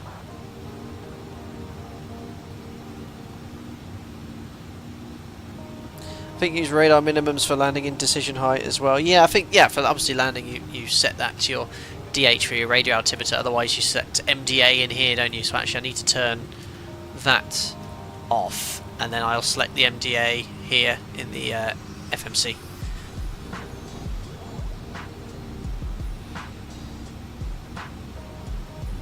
Right, I think we better start setting up, guys. We are just over 80 miles from top of descent. Get it set up nice and early. Just turn this background music down slightly. There we are, and I'll get my PDF up to remind myself what I need to do to set up this aircraft for descent. So I've got the ECAM and auto. Landing elevation is sea level, that's set. Fuel, we've confirmed how much we have. We've done our fuel checks. So let's step through the start. Make sure we're happy. So I think firstly menu, FMS, no. Menu, ACARS, request wind data, pending. AOC wind uplink. Oh, how do I install that? Insert that then. Has that put them in all? Has that put them in? I hope it has. Don't know. We're going to be flying this RITEB 3 Charlie then. So RITEB. There it is in the FMC. That shows from flight level 210 to flight level 1070 max 250. That's coded in the FMC. Then going to route Ravex, libgoo. For my US users, remember that you don't just set a lower altitude in Europe. You have to comply with ATC's cleared flight level. We have a Satu max 230. Bunal, Nibug, max 220, and it says iniBuilds flight level 90, which is coded in the FMC. Now that iniBuilds point, let's have a look here for ILS 34 right. It's not there. I think they're landing 34. Yeah, they were checked on VATSIM, didn't we? So that's okay. I just want to see if that iniBuilds restriction here, where's that in relation to a 12-mile final? Can't see it here. Where's iniBuilds abeam? Not quite a doula. I can't even see a doula on the final approach fix there. Idabu Inixu. So Inixu's at 12 miles. So iniBuilds to be at 90 beam if we get a shortcut, it's going to be a bit high. So I want to put iniBuilds.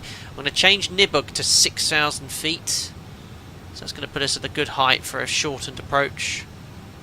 12 miles, even that would be slightly high, but I'll put 5,000 at iniBuilds.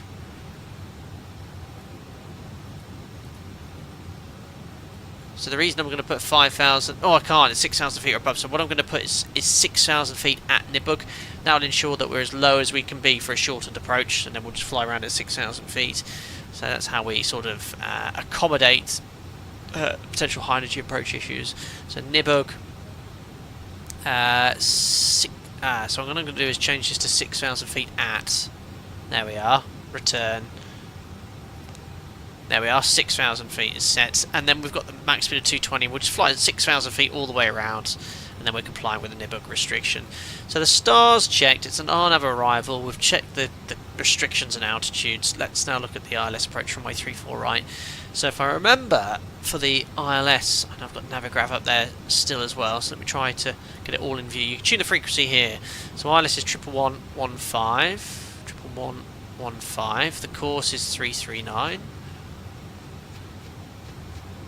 339 is set. The minimums, MDA, or decision, also DA is 206, so I think here it's under init. No, it's not, it's takeoff approach.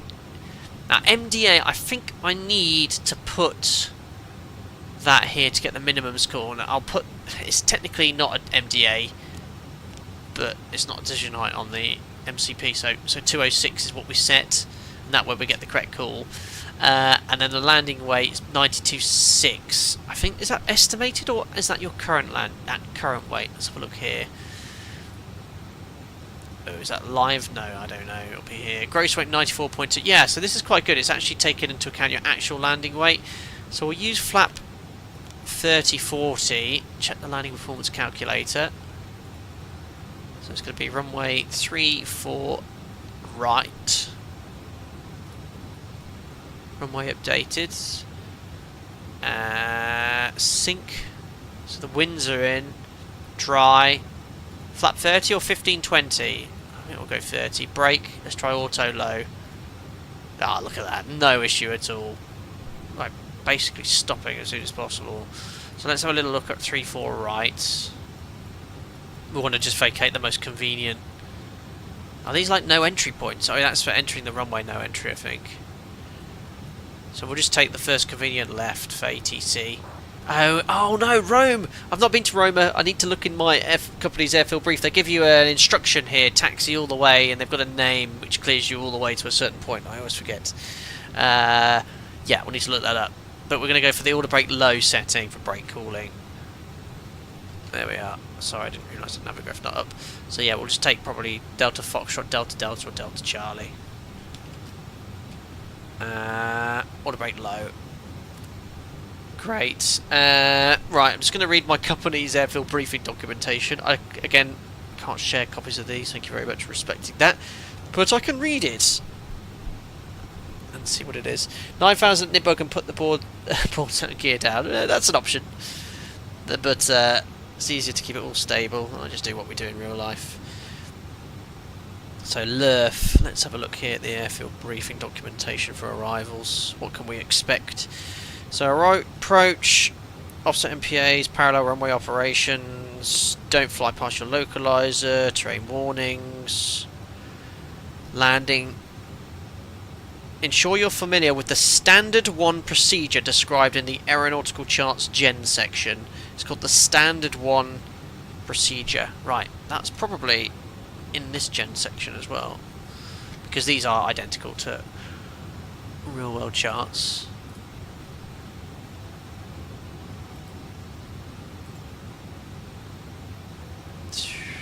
So we want arriving. LVPs arriving 16 left, 16 right. Reverse idle should not be used unless required. Above idle should not be used. We'll use idle reverse. Here we are. So aircraft landing on 34 right will be instructed to continue standard 1. Standard 1 is to intended taxi on taxiway Delta, hold short of taxiway Echo Golf, and stand by on ground frequency. So taxiway Delta, hold short of Echo Golf. So if you're vacating and you're cleared on the standard 1 taxiway, let's have a look here. Oh god, what a mess. So you can taxi on the parallel taxiway all the way to Echo Golf. Where is Echo Golf?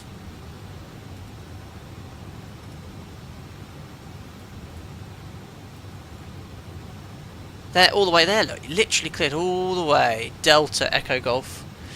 So this is, if you're cleared, yeah, vacate the runway, taxi standard 1, contact ground. You can go all the way on Delta, which is the inner taxiway, until you get to Echo Golf. So that's noted. What else do I need to remember? Because I've been here before, and we were like, both myself and the first officer hadn't been before. We were like, standard 1, standard. This was about 4 or 5 years ago, and we were cleared on the standard 1. And we're like, oh, we need to find where that is. And then they were like, yeah, Delta Echo Golf. I was like, thanks. So there we are. They've included it in our briefing. Delta Echo Golf. Perfect. A thorough briefing. So sometimes, guys, it's really worthwhile reading. Well, I say you should be reading every single one of these pages every time you fly into an airport, because it provides useful information. Our airfield briefing documentation is built. A lot of it is built off the gen section, so it's always worthwhile reading. A lot of it is irrelevant in a desktop simulator, but it's nice to see sort of procedures, what runways preferred, where they'd like you to vacate, look, minimum runway occupancy time, because these are really, really busy airports. So you want to read all of these pages. Obviously departure we're not going to worry about today in the stream, but it provides all the information you need for a safe flight. Good, we do have some ATC coming up. There you are at Gavra. But we're ready for descent. All the briefing's complete. When we check in, we can request descent via, hopefully, the RITEP 3 Charlie. Performance is done. Did select flat 30 tonight. Flat 30. Look at the approach speed. Wow, 115. Wind depression 5 knots, actually. So the approach speed 120. There we go. Check's complete. Sorry to make you jump. Sound difference is excessive. Actually, can you turn down the external sounds here? You can definitely turn... Aha. Yes, you can. I appreciate this ability. Yeah, because the ambient, I always have that turned down quite a bit. I like it when you have all these options. It's like it gives you the next plane. Come here, buddy. You're on your bed. You're looking around for some food, weren't you? Lay down then. Oh boy. There you go. Comfy, isn't it? Oh, it gets that pillow here. You want to say hello to the lovely people? You want to say hello to the lovely people? There you are. There you are. How's it yawn? How's it yawny? Jack? Yes, your daddy's here. It's me. Oh, your paw? Yes. Yes, getting all grey. Oh, that's nice. That's nice. Oh, I'm trying to poke you in the eye. Is that nice? Yes, it's very nice, Daddy. It's very nice, thank you very much. Yes, I like that. He's living the good life. Oh, I love you. 10 years old next month. You're going to be 10, aren't you? Oh, someone's calling me on ATC. Oh, you want more now? Oh! Hold on. See, Jack's very needy. You start stroking, give him attention. He won't let you stop. But I do need to... I've been given a ding-dong, so... Yes, that's a good boy. He's licking my hand. Let me just talk to the lovely Italian controllers.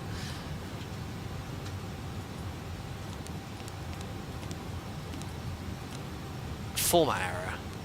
This is going to be annoying, not having this radio tuning panel. Right, we're on.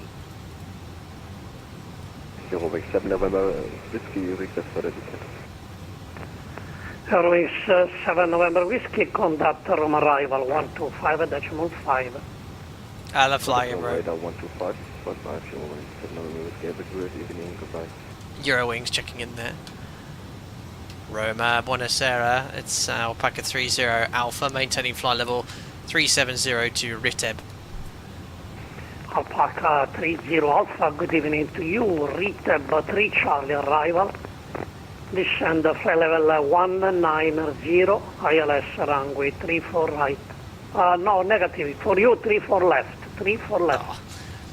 It's the RITEB 3 Charlie, descending flight level 190, expect ILS 34 left, Alpaca 30 Alpha. Perfect. Right, so descend flight level 190. Keep push 145, monitor unit 190. Unicom, Sam Quest 145, thank you. And profile. If I select this now, I think it starts descending 1,000 feet. Yes, it does. Top of descent chat, ladies and gentlemen. And we need to change the runway over. So first, let's get the charts. Unpin this one. How do I unpin? There we are. ILS 34 left. The good news is it's the same star. I just hope the... Does it come in the same direction? Yeah, I think it's still the same direction, isn't it? You just get vectored after that to 34 left. So ILS 34 left. 1089 is the new frequency. Course is the same. Minimums now Qatari 214. leaving in my space. Monitor Unicom. Bye bye. And now we need to change it. The FMC now. It's notorious for crashing this FMC, isn't it? For changing runways. So wish me luck here. ILS 34 left.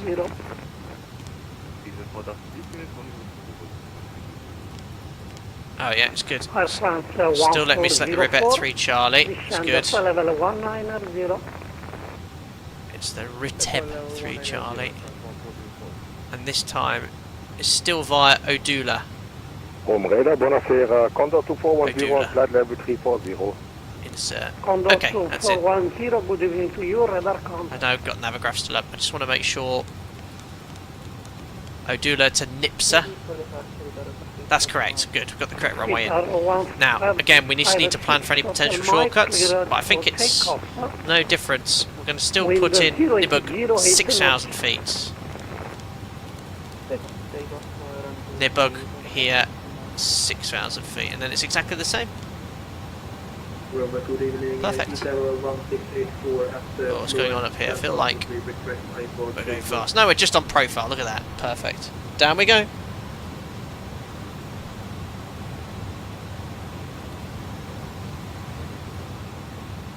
Guitar 168 for clear to Rome via Pushback. Great, send check is complete.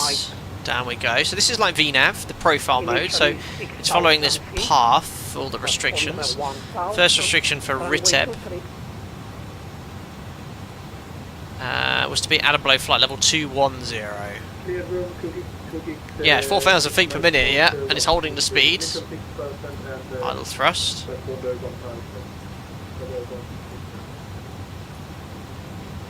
There's quite a quick rate of descent. Steep profile mode. The horses are terrified. Lovely evening to go flying. There's Roma in the distance. Guitar 56 Hotel Mike. This plane does love to descend.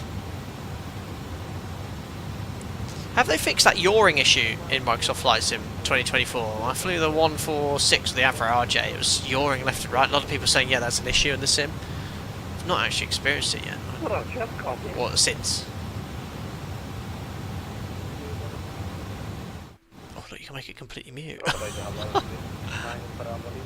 Something like that. We'll try this flight recorder as well for the landing. That still happens in certain weather conditions. Okay, let's see how we go on today. ILS 34 right, descend flight level 210. But this has worked well. This is an aircraft in Microsoft Flight Sim 2024, commercial airliner on VATSIM. No major issues. Alpha 30 Alpha, please set the squawk 1000. Squawk 1000, Alpaca 30 Alpha. I can see a little bit of yawing. Squawks in. Oh. Alpaca 23 Alpha, continue descend flight level 170. Descend flight level 170, Alpaca 30 Alpha. We're part disconnected. It's weird. Keep an eye on that. It's a good job I was in here instead of a wing view. The baby dog's asleep now.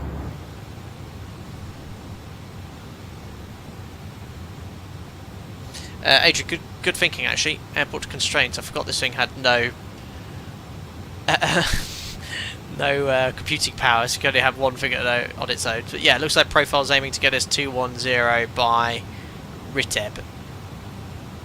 Roma radar, ciao, hold up on 634, heavy, climbing 17,000.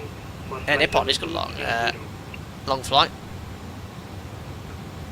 Nippon 634, good I know it's like a bit of a weird idea, but what would you guys say to me doing something really random one stream? I was thinking of starting a stream at sort of like 9-10 o'clock at night, stream for 2 hours, and then leave it overnight for me to do a landing in the morning. But I don't know what chaos would ensue in chat, I don't know, whilst I'm away. Oh, I'd have to log off a VATSIM. But I thought it'd be good fun, something like in the Felis 742. Or do it over 2 streams. Sort of take off one stream, disconnect, leave the computer on overnight, come back and fire up a second stream. Or, because the thing is, it's I think you're limited to 12 hours maximum stream. That's right, Lonka. Yeah, yeah. But something like in the Felis, like, but I could do like a super long sector, sleep, crew rest, come back and see what's going on. Come back and the aircraft's like upside down in the sea. Alpha 30 Alpha, contact Rome arrival 125.5. Bye bye. 125.5. Thanks to ATC Alpaca 30 Alpha. Ciao ciao. Condor 2410, leaving my space. Monitor Unicom. Bye bye. 501 Roma, continue descent up to What was the ASIS? I imagine I got it. It's information. Charlie. Yes. No, I did write it down in text. 7 November Whiskey Roma, continue descent 3000. Good. Anyway, what's happened? It seems to have interestingly messed around now. So we're doing 230 knots, but now it's adding a lot of thrust to get back to 250. And it's what's profile mode doing here? Sort of profile's now doing levelling off. When I want to be below 210 at 250 knots. What's it doing? Weird. I'm going to bust this altitude soon if I don't start going down. I'm just going to press level change for a second. I'm going to bust this level. I thought profile worked that all out.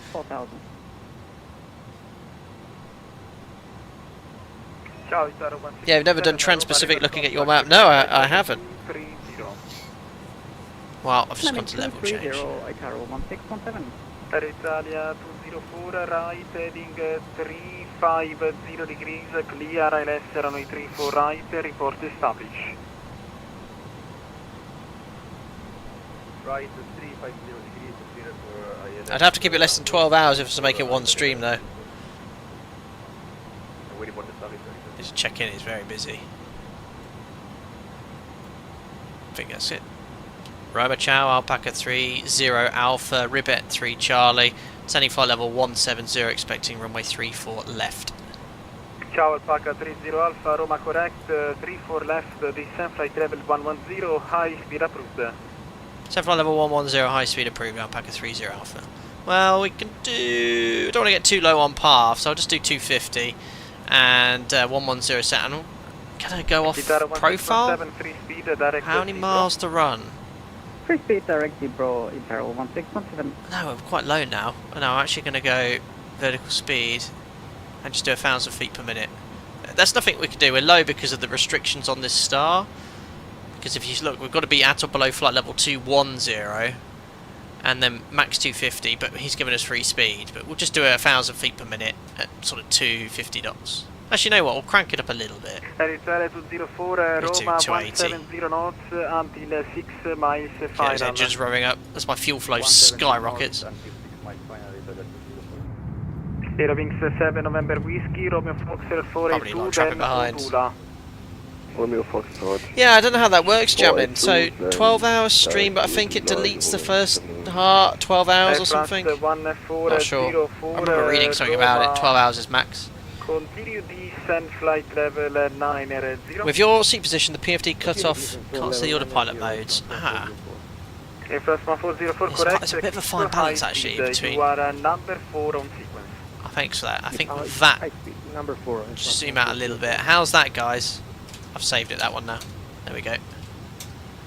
Perfect. So we're in VS 280 knots. Aero Wings 7 November Whiskey via Idabu, clear ILS, runway 34 right. Thanks, Robbie, and always open to feedback like that, guys, in the stream. If you want me to jig cameras around, sounds, volumes, let me know. If X-Pilot's too loud, I'm too loud, Sim's too loud, feedback is important.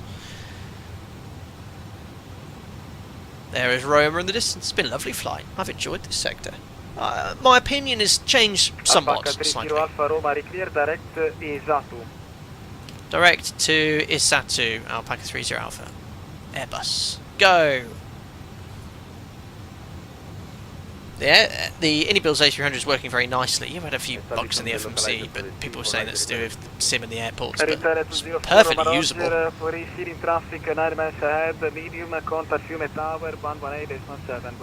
Cat, you can stream as long as you like, but the VOD will be only 12 hours, so for playback, got you. Yeah, you see, I'd like the playback to be the whole thing, so I'll try and limit it to a 10-hour sector would probably be enough for sort of setup, starting around. Airbus, I choose you. Oh dear, Pokemon reference. Rome approach, very good evening, ciao, American 240, climbing passing altitude. It's Italian-American. American 24080, climbing passing altitude 4000. Montekill, no idea. I think it's probably the last 12 hours of playing the VOD, I'd hazard a guess. Climb flight level 210. Climb flight level 210, American 240. Speed 501 Kilo Roma, continue descent 3,500 No smoking on, please. Stub out your cigarettes. Not on the horse. Alpaca 30 Alpha Roma, descent flight level 70, transition level. Descent flight level 70, Alpaca 30 Alpha. 70. American 240 Roma, free speed, direct Petix. And now we're sort of below 15,000 feet. Again, the textures are blurry, but zoomed out looks fine. And I'm getting excellent performance in the sim. Excellent performance. Tokyo, San Francisco is more in the 10-ish hour range. Classic route that. Ah, yeah. That would be nice. 501 Kilo Roma, thank you for cooperation. Comply with the public speed. Janet, Concord Trans-Pacific, that's a good idea, but it's probably a bit too long. Guitar 1617, contact Roma 124. I need to look into it, but I think it'll be something different, wouldn't it? Come back and chat's been all over the place. But I'd definitely log off of VATSIM. Thank you very much, arrivederci. Ciao. But yeah, it's sitting there for a long time. 30 Alpha Roma, descent altitude 6,000 feet, QNH 1020. Then altitude 6,000 feet, QNH 1020, Alpaca 30 Alpha. 6,000 feet.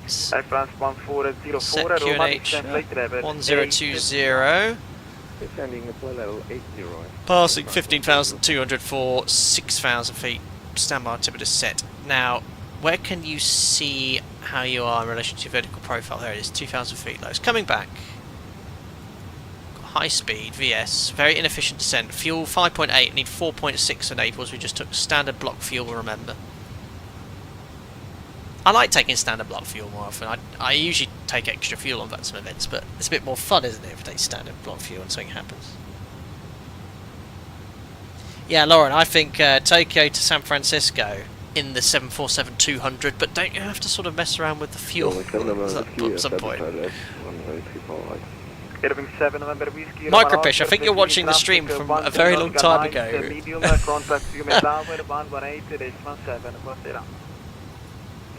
It does though. The lighting is poor. It looks like FSX.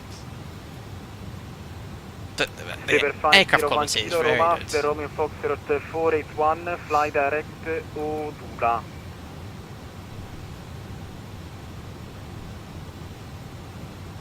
Not an X-plane, German. Harry, yeah, step climbs overnight, yeah. I'd have to set alarms. Step climb. Otherwise, just fly at 33,000 feet the whole way. But it wouldn't be a big problem.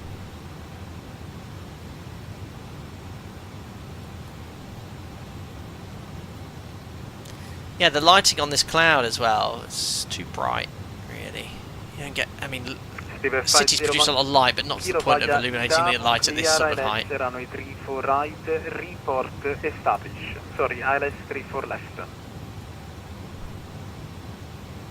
Yeah, it's a shame. It's all right. What's these circles? It's a Colosseum. Yeah, lighting is poor. It's acceptable. I think it's quite right, but it's much better in X-plane. But yeah, it's just, yeah. But it'll do. Would it not be more white? Like, yeah, exactly. 30 Alpha Roma, continue descent 3,500 feet. Keep high speed. Send altitude 3,000 feet. Maintain high speed at least 500 feet per minute. Alpaca 30 Alpha. 3,500. Ah, sorry, 3,500 feet high speed. Alpaca 30 Alpha. I thought you meant 500 feet per minute. Oh, now how do I do 3,500? Oh no. No, I don't want level change as well. I want VS. So don't do that. Now, how do I do 3,500? Isn't there like a little... How do I get my heart? Is it Alt L? How do I do 500 foot increments? Push the middle of the rotary. Thank you! Thanks, Jim, for letting me borrow your cave torch. And I don't want level change. No. Travel 4438, Roma radar contact. Climb flight level 240. There is the airport. Direct Tiber. So I'll keep high speed. I will reduce to 250 very shortly. France 1404, direct Actually, you know what? We need to now keep descending to make this restriction at 6,000 we set ourselves. So we're going to go level change now. Log 250 knots. Speed brake on this is incredibly effective as if needed to. Right, lights on. Logo, APU. Why is it getting louder as we slow down? I don't understand. Speed brake will arm. Checks complete. Ooh. This is a default Rome, so taxiing could be interesting. 501 Kilo Roma. Yeah, incredibly bright. So now we're sort of over the city. That actually looks quite good. You can see some 3D elements sort of growing in now, or building in. That looks okay. That now looks very good.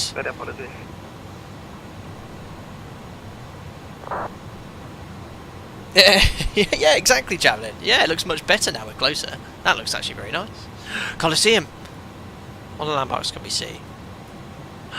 Is that... Ah, look, it's... Oh, God. What's it called? Pope's house. God, I forgot what it's called. Vatican. Vatican's there, look. Forgot what it's called for a second. Vatican. Very nice. This is... I like this. This is really cool. See all these features in 3D. I'm not sure what that is there. Can the horses see it? Yes, they're going to be riding around there by midnight. Yeah, Pope's house. It's the Pope's house. Climbing side level 220, passenger 5, downwind. Looking good, 8,000. It's good height to be 250. Airbus A300 descending. Here's Italian, hands up in chat. Sorry if I offended anyone. Italian. Copy that, Sky Bravo 443, thank you. Rest in punch Sorry, disregard. Is it not the Colosseum? Oh, okay. Rome arrival 69 Bravo. Actually, landing in Rome Fiumicino, I heard a little bit, Tommy. You get great views of the Colosseum on the right side. Not that I know. Contact. Direct esatto, expect RS34. I love the running hours. Direct esatto, expect. I'm playing the Indiana James go. James, Indiana Jones. Alpha 30 Alpha, thank you for cooperation. Resume public speed. Published speed reducing 220 knots, Alpaca 30 Alpha. There we are. Okay, France, That's the published speed, so we're on max 220, so we'll reduce now for ATC. In a good height here. VV say ciao to Georgia Maloney for me. Ciao, Georgia. Mazzoto poke for this. Rest in pepperoni, oh dear. Italian American here, very cool. Yeah, the Indiana Jones missions are so good. There's one in the Vatican, it's really, really good. 60 nautical miles, touchdown. Is that for me? This looks great now. The lighting, now we've gotten sort of below 10,000 feet, is much better. That's really nice. It's got some LED lighting, the halogen, fantastic. It's just, again, that sort of yellow tweet you get. Alpha 30 Alpha after Rome Foxtrot 481, direct Odula, via Nizza, clear LS 34 left, report established. Romeo Foxtrot 481 to Adula, then Nipsa, cleared for the ILS 34 left, Wilco Alpaca 30 Alpha. So 481 to Nipsa, 481 Nipsa. How do I do that in this thing? Foxtrot 481, direct Odula, via Dabu, clear LS 34 I don't know how to do that here. Ah! I'll have to do it heading select. So you just do it like in the 737, so after 481. So as soon as I'm going to get there, I'm going to go direct to Adula. Direct button. Yeah, but that's going to turn straight away, isn't it? Please say again. 1404. 1404, no worries. I don't want to do direct yet, because I've got to get to 481 first. Dabu, clear LS 34 right, report established, number 3. After Rome Fox 481. Direct to Dula. That looks good there. That's really nice. Right. It's alright, when I get to 481 I'll just redirect to Adula. Sorted. Thank you. Un casino con tutti questi 480. I'm going to get very low now, so very shallow rate of descent required. Delete the waypoints, that's going to take ages. I've got to delete like multiple waypoints before then. Anyway, look, it's active now. 481. Well, it's actually Nibuk, but after that we're super low. But we'll try and do our CDA. France 1404, after Bonul, resume public speed. Thank you for cooperation. Yeah, then you'll need to use clear on the waypoints. Would you have to clear each individual one?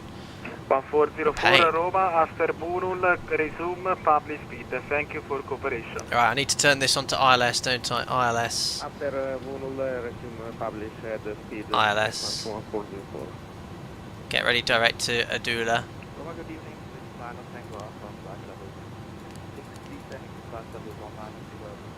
So I'll do it literally like 0.5 miles before. I don't think you can do it like that, Harry, in the 7.3 and this. It won't let you do it, otherwise it just brings up other waypoints. It's an Airbus thing, yeah, not very good. Sky Travel 43, correction, 4438. So 481 direct to Adula, so we're at 0.5, we'll do it. Contact drama 124, thank you for Is that, what airport's that? It's a military one, I think. River 501 kilo, position confirmed, contact Fiume Tower, 118.7, Bravo. Right, 1 mile. Go, that'll do. Passenger cargo 9514, Rovinus, absolutely. 240. Continue climbing. Yeah, a little bit low there. So I did say I want to be at around 6,000 feet at Niblow. It's probably about 4. So just a shallow rate of descent now. Try and do some sort of CDA. Roma, continue descent altitude 6,000 feet, QNH 1020. Keep high speed. Seem to be slotting in nicely with the traffic. I'll start this flight recorder thing soon. Great FPS. Swiss 9 Tango Alpha Roma distance flight level 130. View for the horses. It's behaved quite well. This is at 18 miles. Ideally we'd around 6,000 feet here. Jimboy, yeah, there is built-in replay. It's all right. Can't do any flyby views. If you can, but it's very broken. Actually, I've not looked at 3-4 left regarding what do we need to do when we stop and vacate. It's just the first convenient right, but completely different taxi instructions. We'll work it out after landing. It's a default airport. What's the worst that could happen? Right, I'll crank up the sim sounds now we're on the approach phase. Oh, not an efficient descent. What's our fuel down to? 5 tons, need 4.6 to Naples. Roma, buonasera, easy Crikey. 154 with you, airborne, passing 1,700. Got a microphone in his mouth. Easy 154, Roma, buonasera a voi, radar contact, climb flight level 220. So the medical profile's a Level bit... 220 for Nah, this wouldn't be trusting that right now.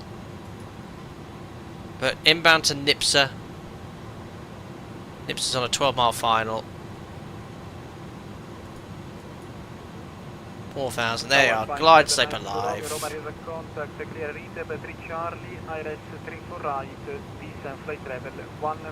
Alrighty, correct sensing, arming Vorlock. Locking blue. Oh, I forgot to put my rings in. What's the up speed? How can you see what the up speed is?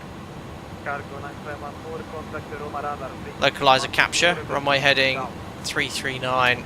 14 decimal to Nepal cargo 905. 14, ciao. Wow, is my up speed that green dot? 180 knots? Oh my days. Well, welcome as a member. I am not going to attempt to say that. Thank you for your support. Are you a real person? I don't know. Thanks, welcome. Can't put fixings in. Right. Flat one. Or not flat one.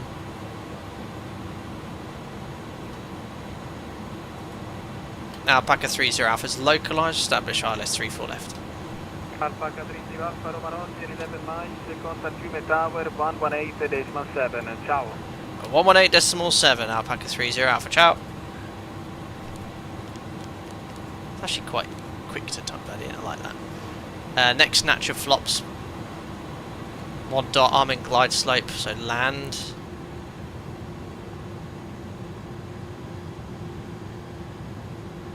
Glide slope capture, missed approach attitude, climb 3,000 feet, left turn to Yutmi. Okay, 3,000 feet is set. And bang on glide slope, but if you look here, 3 whites on the Pappies. So I'm going to probably follow the Pappies when we get a bit closer and not follow the flight directors. Perfect. Fumi Tower, hello, Alpaca 30 Alpha, ILS 34 left, 8 miles. Slow down, please, plane. Alpaca 30 Alpha, runway 4 left, you're clear to land. With 040 Runway 34 left, clear land, Alpaca 30 Alpha. Struggling to slow down, that's with flaps 15 and 20. And it's accelerating on a 3-degree glide path. What in the world? Might have to drop the gear here, guys. Yeah, I am. Gear down. It's just not slowing down. Can I take an unnatural flops? I've got to be below 175 knots. I can't even get the flaps out. Seems a bit slippy. I had flap 15 and 20 on a 3-degree ILS and it was accelerating with idle thrust. I've got to be below 175 before I select landing flap.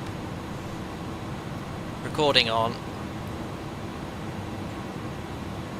There we go, recording.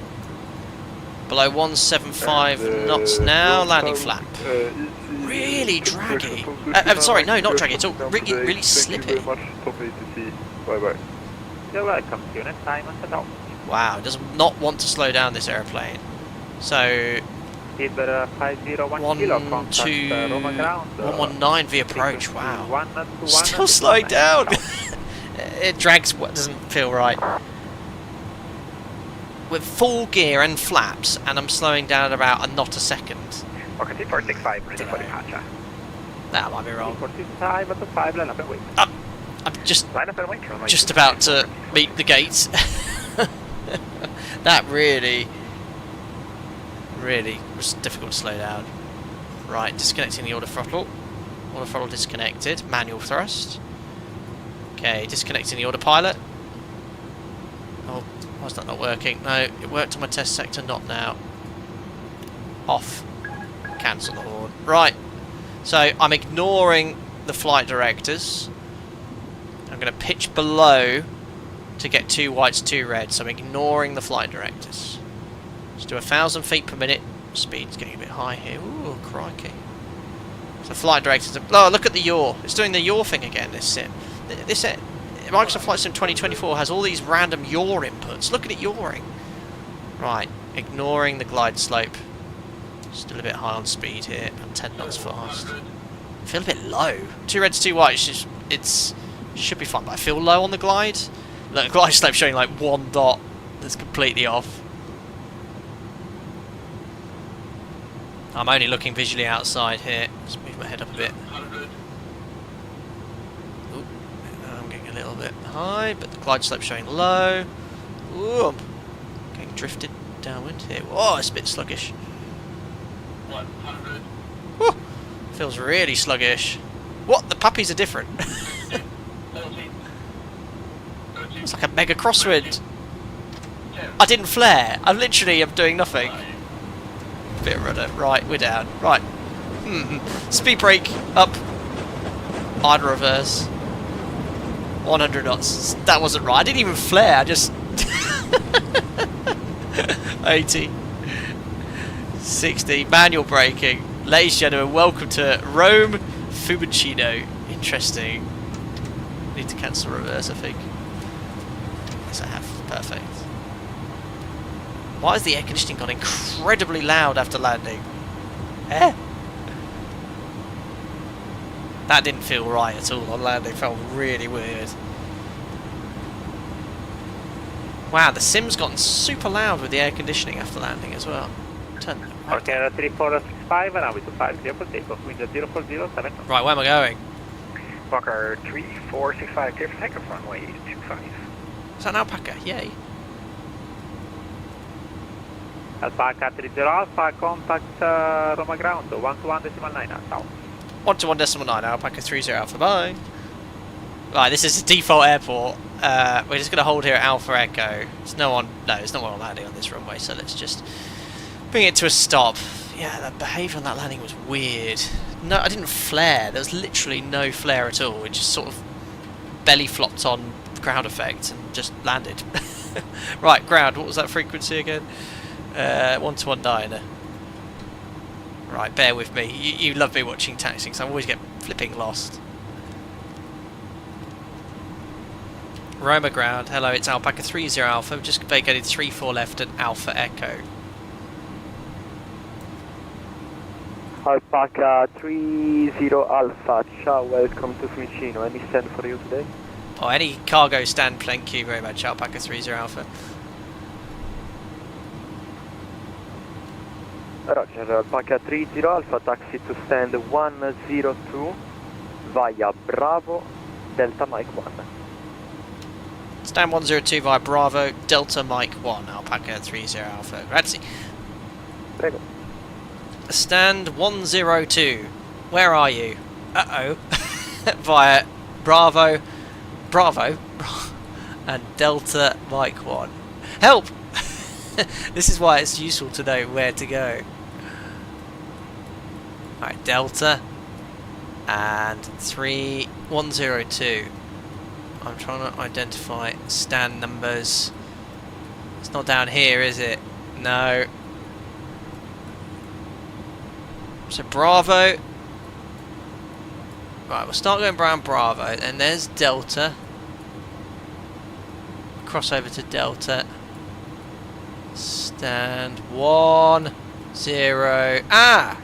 Hello! Found you. Right. Parking brake off. Off we go, guys. I know where I'm going. It's all good. 386 Delta ready for push. Stop. There's a left and then a right. Start approach finish 1020. I know I'm going. Let's see how the default airport looks at night. Now this actually looks okay. Now these yellow lights, they're not yellow, they should be red. But I understand why they might not be red, because you don't want a red stop bar in the game. But otherwise, it's. I think it's the buildings which are a bit iffy, aren't they? It's the buildings which are a bit iffy in this sim. Anyway, flaps are up. The lighting is really nice, off the aircraft lighting, that is. Although I might want the turn off and taxi's not quite bright enough, but no, I think that's, to be fair, some lighting isn't great.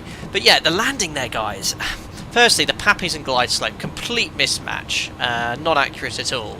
The Pappies felt like I was too low, showing 2 reds and 2 whites. Maybe the glide slope was more accurate, but that was going to show me 4 reds, or 4 whites in that case. Look at the other aircraft and the lighting though, the cloud. That is amazing, that's superb. But the landing, that was weird. So literally, if I put yoke cam back on up, you watch that in replay, I didn't have to flare. I literally went 50, 40, 30, closed, and I was like, well, there's no point flaring because I'm going to pitch up and fly. Maybe I was going in too fast, I don't know, but we came at like 120 knots, and it felt like, it felt very light and floaty, which we were today, so I don't know. But, yeah, it didn't seem quite right. Anyway, so we're on Bravo now, then we're going to go Delta, which it crosses into very soon, and yeah, I found stamp 102 right at the far end of the apron. It's like a little alpaca cargo stand. But yeah, default taxiway markings look good. That is Romeo there on the right. It's the terminal buildings are a bit naff, but yeah, let's see what's what when we get onto our stand. So flight directors can come off. Did I turn Jim's on? I did. Off. MCP will tidy up. Second, so we're not, this is not the Bravo we want. I'm going to cross over now onto Delta.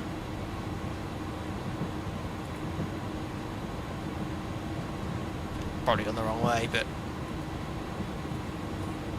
where's all the taxi lighting there? It's like some of the lighting is there and some of it isn't. There we are, crossing onto Delta. Yeah, it's weird. Like the taxi. Alpaca 30 Alpha, you missed the turn. Oh. No problem. Continue straight ahead. Golf, November Golf, November, Bravo. Stop. Sorry, I thought I had to cross over to Delta there. So carrying on Delta, November Golf for stamp 102. Oh no! Alpaca 30 Alpha, negative. Left on Papa now to join the Bravo. Left Papa. We'll go back onto Bravo now. Alpaca 30 Alpha. Yes, because Delta is only one way. Sorry. No problem. Oh no! I wasn't sure.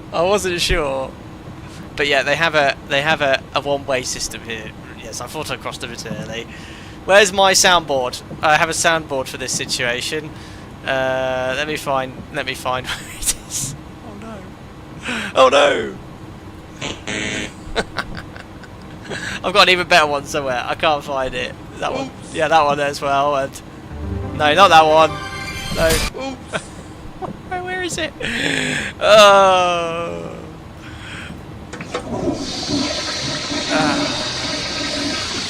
And also I taxi on the grass a little bit. I can't find my soundboard. Sound effect for the boop boop boop. That's the one I want. It's disappeared. I know what the horses are doing though.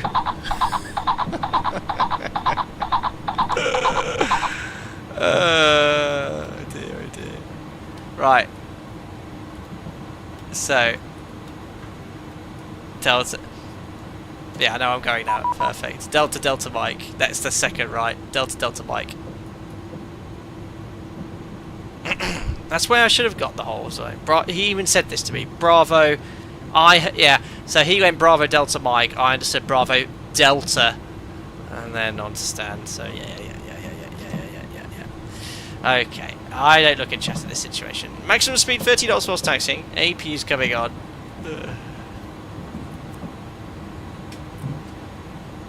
This is why you stop and set the parking brake and confirm your clearance with ATC. And I've been to this airport in real life. I've got zero excuses. Zero. I've got a ding dong. I've got traffic trying to talk to me. Caleb, what is that feet per minute add-on for the sim? It's the Fly Live overlay. Fly Live overlay. I can't see it on landing. It's the overlay associated with this on top. Thank you very much for your message on VATSIM. Someone said flushing a toilet on stream. I see. Yes. Yes. There we are. There's Delta Mike, as instructed by my controller originally. Yes. Unfortunately, the default airports. To be fair, actually, all the taxiway signage is correct. Delta Mike uniform straight ahead, but the buildings are naff. Really naff. Clear left, clear right. And it's far better to, if you fly into the airport frequently, invest in some high quality scenery. For me, I have actually got, I think I've got Rome Fiumicino scenery from Microsoft Flight Simulator, but it's not yet compatible with 386 Delta, taxi 2024. for now, November I Golf. need my lights on, I can't see anything here. Yeah, there's literally there's no stand markings or anything. Again, please. I'm just going to have to park like 386 randomly. Delta, taxi for now, November I'll park next to Golf, this hold geezer and short his Delta. Embraer. There's literally no stand markings like 102 is here apparently. Look. 386 Delta.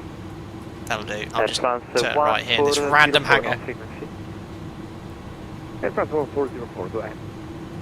Ciao, welcome to Fiumicino. I like how the taxi lights stand illuminate the 302 via Delta, Echo building. Golf, Oh! Crikey, Hotel, an obstruction. November Charlie. There's a toilet. 302, I've got my strobes Delta, on, Echo I'm Golf, ignoring November, everyone. Echo Charlie. Just taxi a little bit further forward. Advance 1404.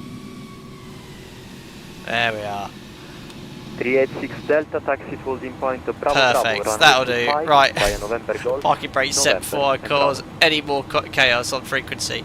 Right, first things first, APU's available. So, retract the lights, taxi light off, strobes off, turn off, nav logo to 1. APU's available, so I can just start the engines, shut the engines on, the APU generators on. Ladies and gentlemen, and horses in the back, welcome to Rome Fiumicino. APU's taken the power. There we are. We've made it. Anti-collision light can come off. Oh, there's my yaw damper and everything tripping. Crikey. Right. What do I want to do? I want to do AP bleed on. Ding, yes. Anti-collision light off. There we are. And now offload my horses. Request deboarding. Excellent. Hey, updated. It was updated when I started the stream. I swear it always updates whilst I'm streaming. Right, let's have aviation services. The boarding requested. Yes. What? Oh, it's doing it. Perfect. There we are. Perfect. Alpha, sorry, disregard the No problem. Thanks to the ATC and thanks for getting me back on track. Ciao. yeah, mate. Perfect. Great. Controller's great today. Very accommodating for my errors. Right, but I'd best disconnect now anyway. Fantastic. Right. Let's. Oh, my horses. I didn't even mean to do that. There we are. You can see all the airport activities taking part. Oh, my taxi lights are on. Let me just open my. Oh, God. I'm not very good at this, am I? Right, doors open. Ground equipment open. Main cargo door. Doors open. Oh no, if I just have the slides gone off. No, I haven't deployed the slide. Brilliant. There we are. Deboarding started. Horses off first, please. Horses off first. There we are. Thanks for subscribing there, Oglic and Romulus. I've been flying the Phoenix using 2020 airports in 2024. It's been working great. Only had a couple of issues with airports. Yeah, I thought we had issues getting out of Cologne with none of the SIDs appearing. But yeah, you need payware airports really, or high quality third party airports in Microsoft Flight Simulator. The default ones, just the taxiways aren't always that clear and quite basic. It's usable though. You can use it on VATSIM. Jack is a lab and will eat anything that doesn't eat it first. That's true. Yamato forgot to change frequency. I think we got in there. Yeah, real pilot. Yeah, you guys loving me getting lost. Brilliant. Blah blah blah. Unbelievable. Yeah, the landing was interesting. The behaviour wasn't quite right, but look, oh my gosh, they're not offloading the horses. It's just random boxes. Oh dear. Unfortunately, I didn't have New Sky, so I can't see how I fared with my score. But yeah, listen. Last weekend I made a post. Have a look at my YouTube community post about Microsoft Flight Simulator. Yes, the textures don't load in properly, and I know I'm using the dynamic loading feature for edit FPS, but if you can forego that, it's actually quite usable. The night lighting was better.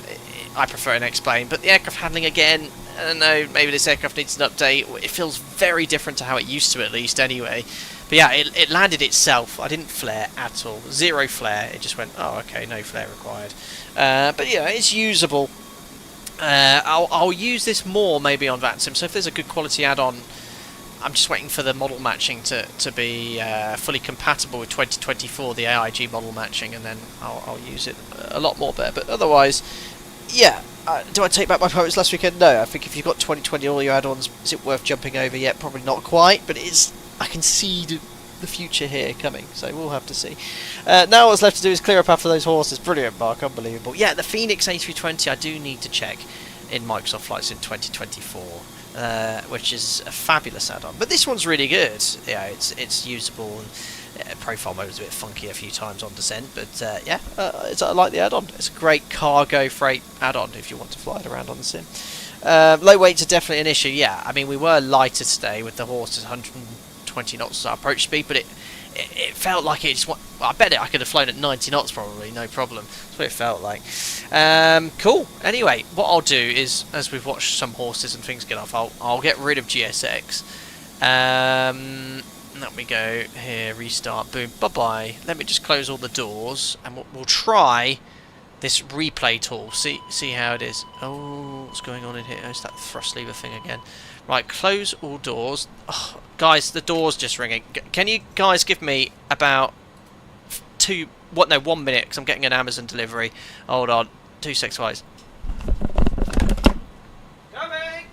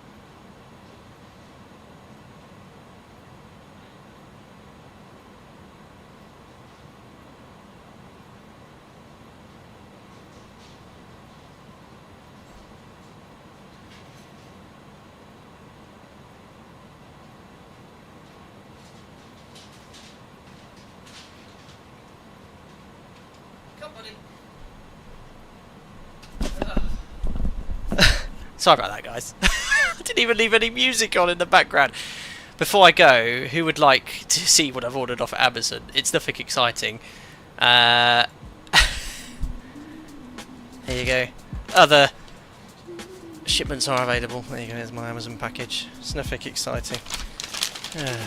Unless it's not mine. He ordered a pizza. Oh, let's see. Yes, it is. It's a Tapo Mini Smart Wi-Fi monitoring plug. They kept you there for nothing. Right, replay time. Yes. Look, see what I mean? Just sat there. I've touched nothing, but the thrust lever keeps jumping up. Engine number 1. Why does it do that? It's doing it on every aircraft in this sim. I don't know. Anyway, I'm out of breath. Look, it's just did it again. Is it something I'm knocking or something on my controls here? Ah! Guys, I found out what's causing it. Oh no! It would appear my crotch has been moving these, which moves the thrust levers. Oh wow!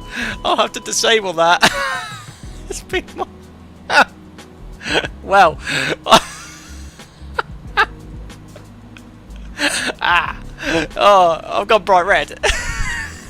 That's what's been causing that then. My oh my. I just did it again. I need to disable that. I can't breathe. Oh, that's really funny. Right, I need to disable that as soon as possible. That explains a lot. Yeah, I think I disabled those commands. Right. GSX disabled. I'm definitely off of VATSIM. I won't be doing any replays. Right, let me just load a panel state. I've not tried a replay yet in this. I don't know how it's going to work. Let's go here to where is it? Weight and balance? No. Where's panel states? Settings? There's definitely panel states in this. I've seen it. My ground equipment. Weight and balance. Takeoff. Oh well. You lot behave. I can't remember how panels where you find panel states. I swear there was a like takeoff and landing. You guys are not being helpful at all. No, I'm just gonna fire it up and see what happens.